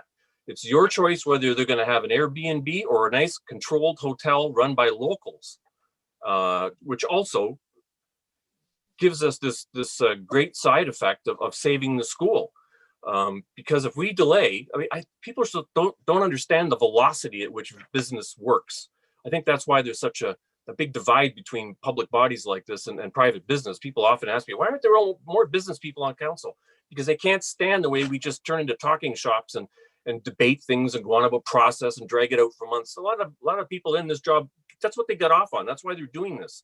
And we should stop it when business people and investors and people running their real lives want to do something. Instead of delaying it so that we can turn it into a talking hobby, we should get out of their way. You know, we are obligated to consider the best interests of the community here, and that includes those three things. Again, diversifying the economy, saving the school, and controlling those B&Bs by giving people an alternate place to stay, a hotel. Give them an option. If we delay this, I'm pretty sure that this project is dead. It'll pop up somewhere else. Mr. Flynn and Mr. Lewis, and if they have other partners, we'll find another place to do it. But we'll be stuck for the school. It won't be sold, and we won't be able to control the B&Bs. And that's how it'll blow up in our faces. So I'm in favor of, like Mr. Bjorkman says, Councillor Bjorkman says, let's decide it tonight. We know where this is going. I think we each know our own votes. Let's decide it. Thanks. Deputy Mayor Malash, go ahead. Thank you, through your worship.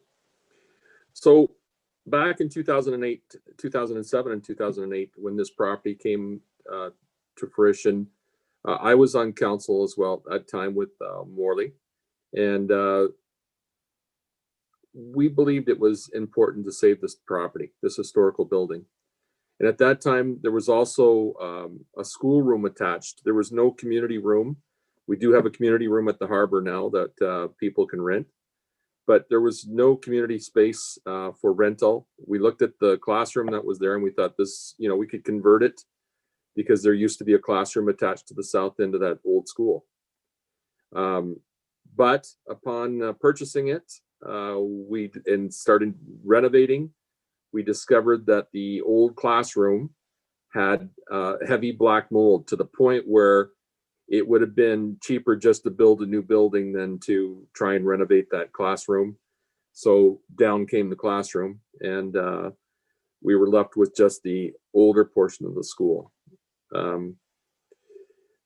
So I understand the importance of the heritage, of having a heritage building in our community like this one. I've been on the Heritage Committee. I was chair of the Heritage Committee back from 2014 to 2018. I was actually the person that suggested to the Heritage Committee back in 2017, I believe it was, before the end of that term, that we needed some mechanism put in place, like a Friends of the old Colchester School, in order to do some fundraising, because the monies weren't going to come directly entirely from council to finish the restoration of that building. Sadly, there were, what I thought was great was there were a number of people that put their hands up and said, oh, I'll be involved in that. Let's do that. That's a really good idea. Come 2018 at re-election time, I ended up not being the person that went back to that committee, but the idea just sort of went dead in the water. I didn't see anything. So when this proposal came up, I thought, well, this is a way of getting this building brought back to up to where it needs to be. And on top of that, not even at the taxpayer's dime or anybody in the community's effort having to go into it with all the fundraising going on. These investors have come forward, and not just any investor. This is an established and innovative developer that wants to invest $2 to $3 million in our community, a developer that's proven their dedication and guardianship of community historical infrastructure. They're including, in their proposal, they're including the promise to finish the revitalization on the old schoolhouse at their cost, promising to allow a portion of the property to remain as a public parkland with improvements to park amenities that currently don't exist for residents in the park, like I was told, like cornball and horseshoes and so on.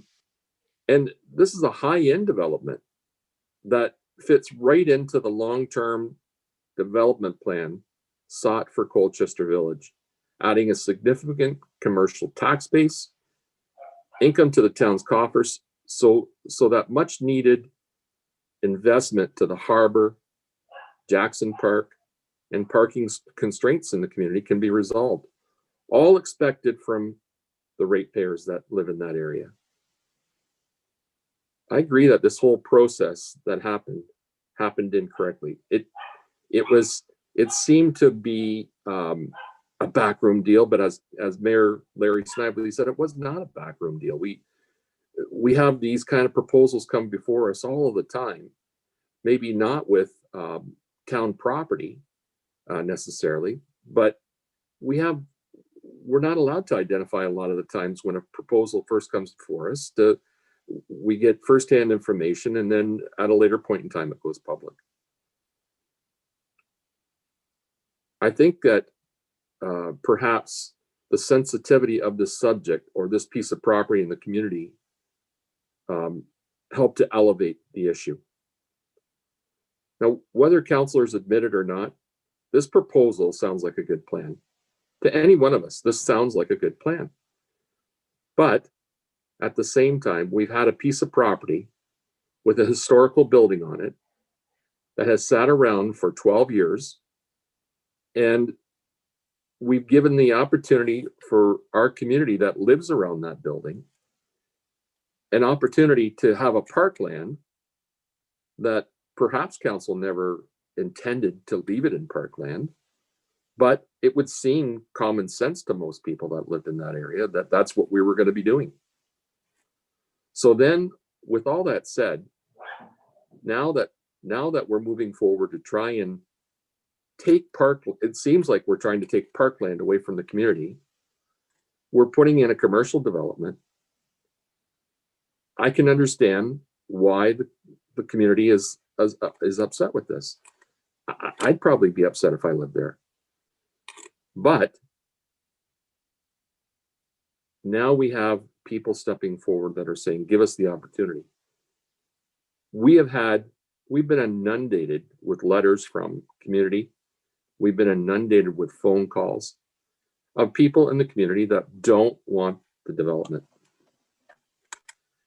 I, for one, although I believe that this is an incredible opportunity of an investment in the community, have to side with the residents on this one to say that we're moving too fast on this. Let's take a pause on this, or I am not going to be able to be in favor of this evening. I want to hear more from the community. I want to be able to explain more to the community what's going on. We haven't had that opportunity. This is the first night where we've actually had the presentation of what's going to go in on that piece of property. We do need more time, or we can vote on it tonight and seal the fate of it this evening. So that's all that I have to say. I believe that my vote would have to be tonight, that I would give the residents the benefit of trying to bring a group together to try and perfect a team of people that can get grants and monies and fundraisers to bring this building back to its rightful state. So, Mr. Mayor, that's all that I have to say. Thank you. Anybody else? So what's the pleasure of council tonight on this issue then?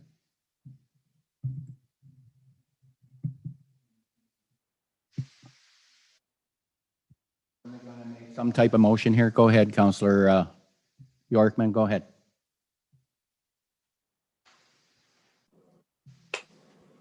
Yes, Mr. Mayor, I think this is the time we move forward to discussion if we're going to bring this back off of the table.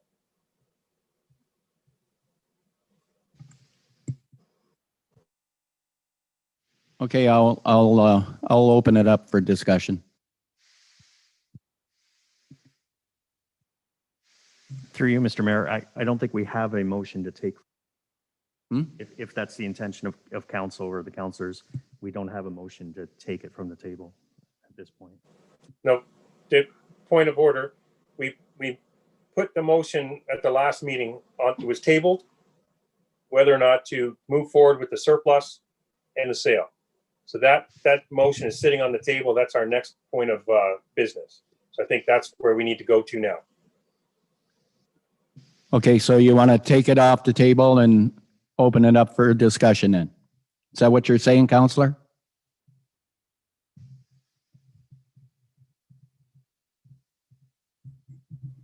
Yeah, I believe that's the next point of the agenda. We just need to move on with the agenda.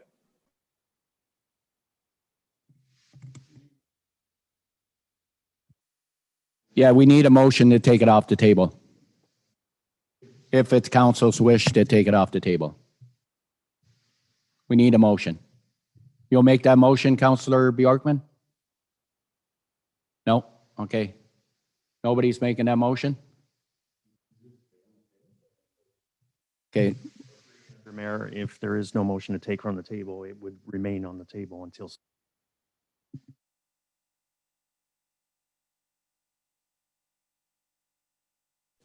We're probably going to have to take it off the table sooner or later. I agree, Councilor. I agree 100%. I mean, you know, we have the people here tonight, and they were expecting an answer. I guess they're not going to get an answer tonight. I don't know. I don't know where to go from here. If it doesn't come off the table, we just move on to the next item on the agenda. That's right. That's what we're going to have to do. Point of order, what happens to it then? Please explain to the public what happens if it stays on the table.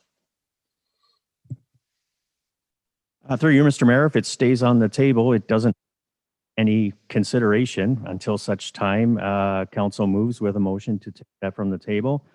Keeping in mind, of course, that the current agreement has a condition that it's subject to final passage of an approved bylaw on or before January 31st. If it doesn't come off the So that table would mean before, if we just leave it. So if we leave it, it's kind of a passive aggressive way of killing the project and it just dies then. The offer dies. so through you, Mr. Mayor, if it's not taken from the table and considered by council before January 31st, then the town no longer has a valid agreement with the proponents, and there's no guarantee, of course, that the proponents in the town could arrive at an extension of that clause as it currently stands. Well, that would be I'm sorry, that would be a dishonorable and disreputable way of conducting business. So in that case, I will move to take it off the table and we'll have a vote tonight then if I can get a seconder and get it passed. Okay, do you have a seconder on this one?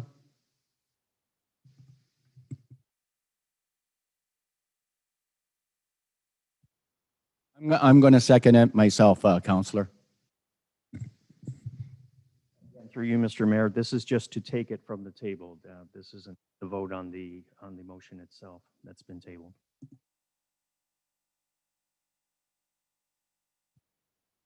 All in favor?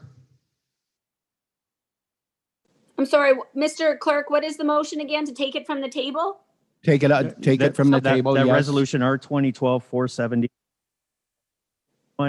be taken from the table. So it's taken back off the table for us to discuss. But if we take it off the table, we're not voting in favor of it yet, right? Correct. I'm sorry, before we vote, I need clarity. So if we agree to take it off the table, we're going to be pushed to vote tonight without giving the residents the pause we're asked to do. Is that correct? No, not necessarily. No. By taking it off the table, we don't allow it to just die. We make a real decision and we take responsibility ourselves for making the decision. If we just leave it, then it just expires, which is dishonest. I think if we take it off the table for discussion, we can make the decision that we want an extended period of time for a pause. We can make that motion and ask the developer or tell the developer that we need more time and then push this out so that we have time to make a formal decision on what we want to do. That'll be up to council. Yeah, I need a vote to take it off the table first. Right. All in favor of taking it off the table? Okay, good. Okay, go ahead, Deputy Mayor Malash, go ahead. What you? So I guess what I'm going to say is that I would like for council to go back to the developer and ask for an extension here on the date rather than January 31st. Give us to March 31st and give council an opportunity to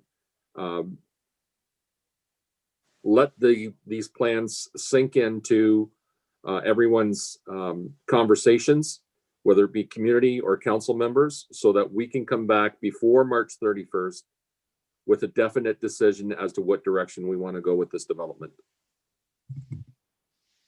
Mr. Mayor, just a point of clarification. We had some technical difficulties a couple of minutes ago. So a couple of minutes ago, we did have a motion to take from the table on the floor as moved by Councillor Vanderdolen, seconded by the mayor. And I apologize, I don't believe we saw the results of the vote. Has the motion been defeated? Mr. Mayor, can we clarify that? It was carried. Yeah, it was carried. It was carried. Yeah. Okay. Thank you. Mr. Ogier, did you hear the motion that I was putting forward? Yes, I did. Okay. Point of As part of clarification. that as well, the bylaw would have to be determined by March 31st as well. So a point of clarification through the mayor again. If the motion to take from the table carried, which it appears that it has, then what we have on the floor right now is motion resolution R 2012-470 as moved by Councillor Bowman, seconded by Councillor Vanderdolen at the December 21st meeting. So that is the motion that we have before council currently,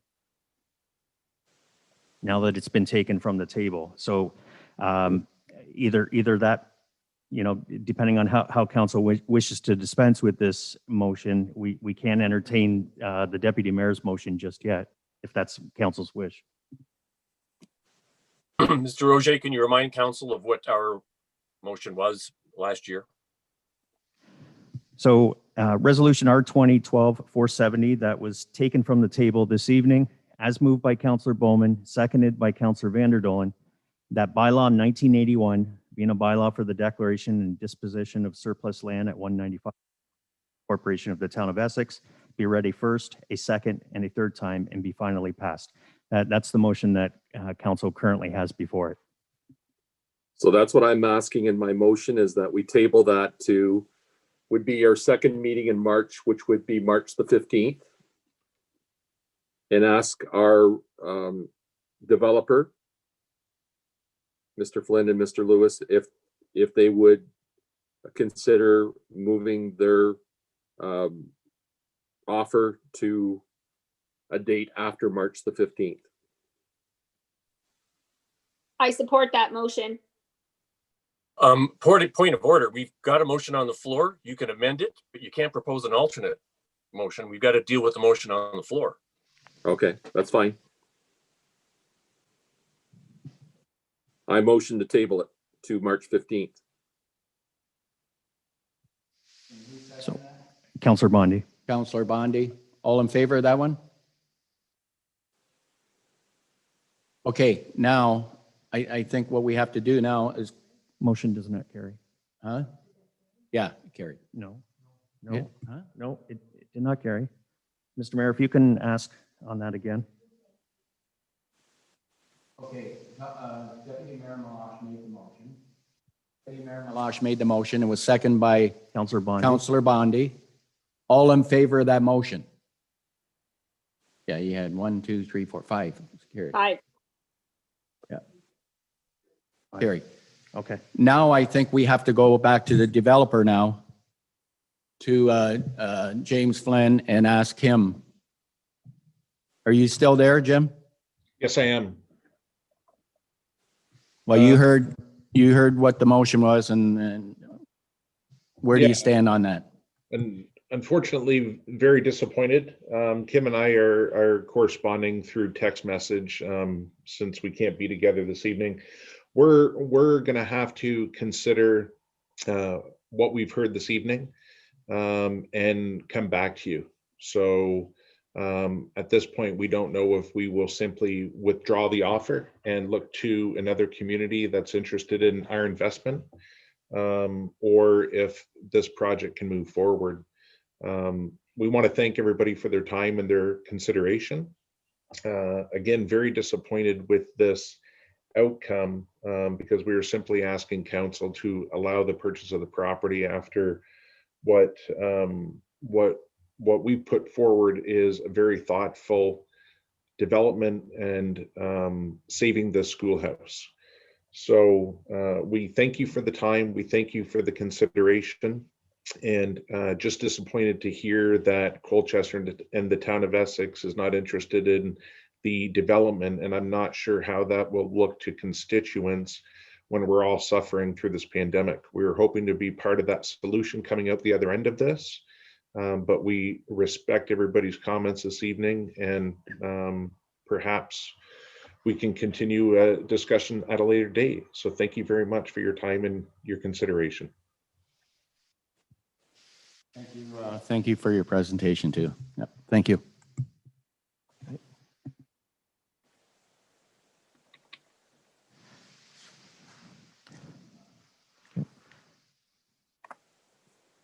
Moving to item 9 on this evening's agenda, reports from administration. 9.1, Economic Development 2021-01, re December 2020 Building Report, and the Development Overview for 2020 for receipt this evening. But I believe, Mr. Mayor, our Director of Development Services, Lori Chadwick, is looking to speak.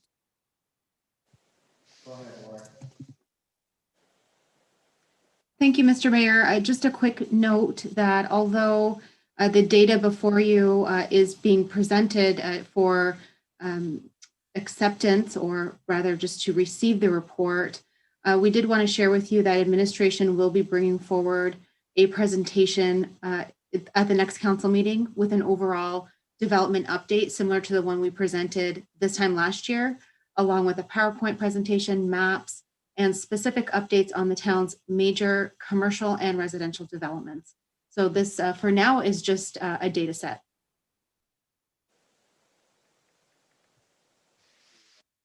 Laurie, any questions from council? Yeah, Mr. Mayor, this is Councilor Bjorkman, just more of a statement. There's incredible numbers when you look at that report. I just want to state that 2016 total construction, we did $25 million. 2020, it's $104 million. The development, new houses, 2019 was $20 million. 2020 was $40 million. That's an incredible amount of work that our staff is putting out there. When you think of the growth in our building and the growth in that we're continuing to do with the same size building department and the same size amount of inspectors, and it's phenomenal the amount of work that's coming out of these departments and working with our builders and making sure these things are getting done. It's tremendous. So they need to be commended. And always remember that that's the only department we have that actually makes us money. So thank you very much for your hard work.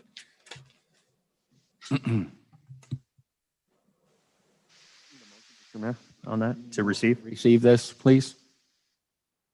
Councilor Bowman and Councilor Bjorkman, all in favor? Carry.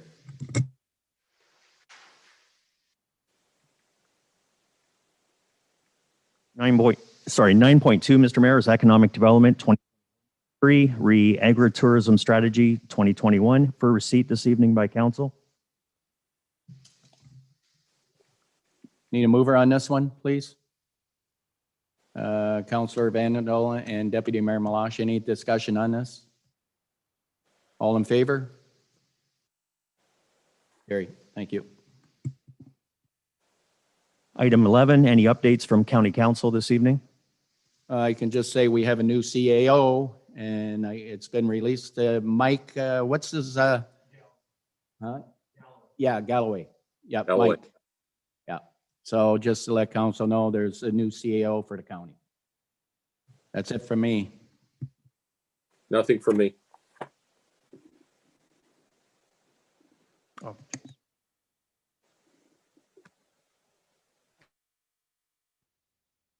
Item 12.1, that all of correspondence listed in agenda item 12.1 be received. Have a mover to receive it, please, and then we'll come back and see if there's any discussion on any of them. Councilor Guerin and seconder, please. Councilor Bowman. Any questions on any of them? All in favor? Carry.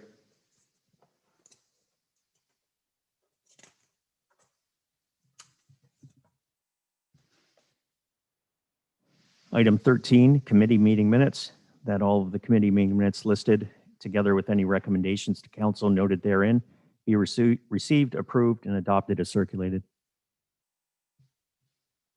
Need a mover, please?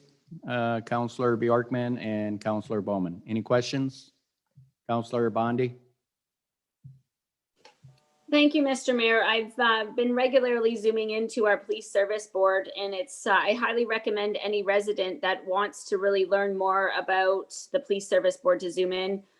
they provide a lot of stats. And what I am particularly finding interesting is that you can see in their stats, the mental health cases are going up. If you look at November 2019 versus November 2020. So you can see it, like it's local data that's showing us some more of the victims of the pandemic. So, and Councillor Kimber Beek is doing a great job as chair. It's really a pleasure to watch. So I would encourage any residents to do that if they so desire.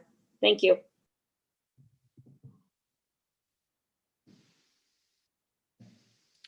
Did we vote on that? I lost my, Yeah, okay. no, it's back again now. Item 16.1, under notices, the following notices of motion were first presented back at the December 21st regular council meeting and are now brought before council this evening for its consideration.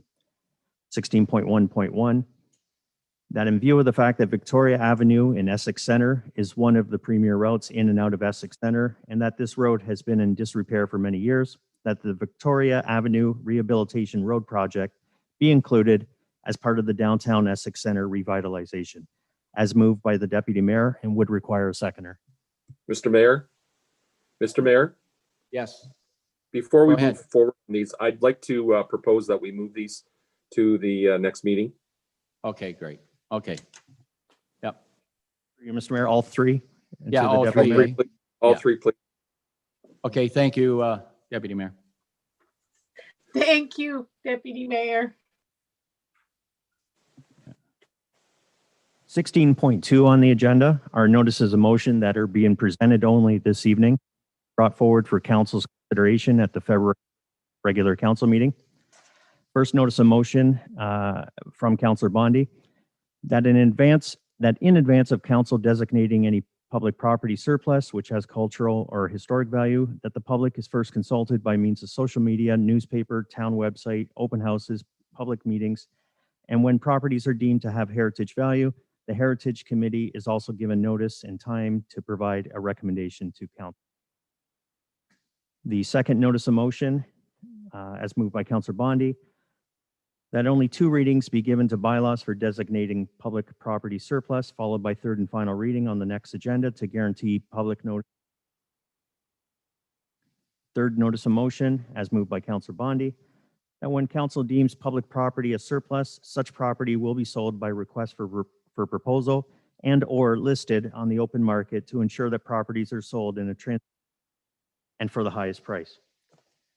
And lastly, last notice of motion for presentment, as moved by Councillor Bondi, that Essex Council establish an ad hoc committee to come together to propose regulations and policies around short-term rental accommodations in the item 17 this evening, Mr. Mayor. Any reports and announcements from the council members? Councillor Verbeek, do you have anything? No. Deputy Mayor Malash? No. Councillor Bondi? No. Councillor Bjorkman? No. Councillor Van Endolen? No. Councillor Guerin? And Councillor Bowman? Nothing, and I haven't got anything. Mr. Mayor, item 18 this evening, bylaws. Bylaw 1977 to confirm the proceedings of the December 21st meeting for third reading this evening.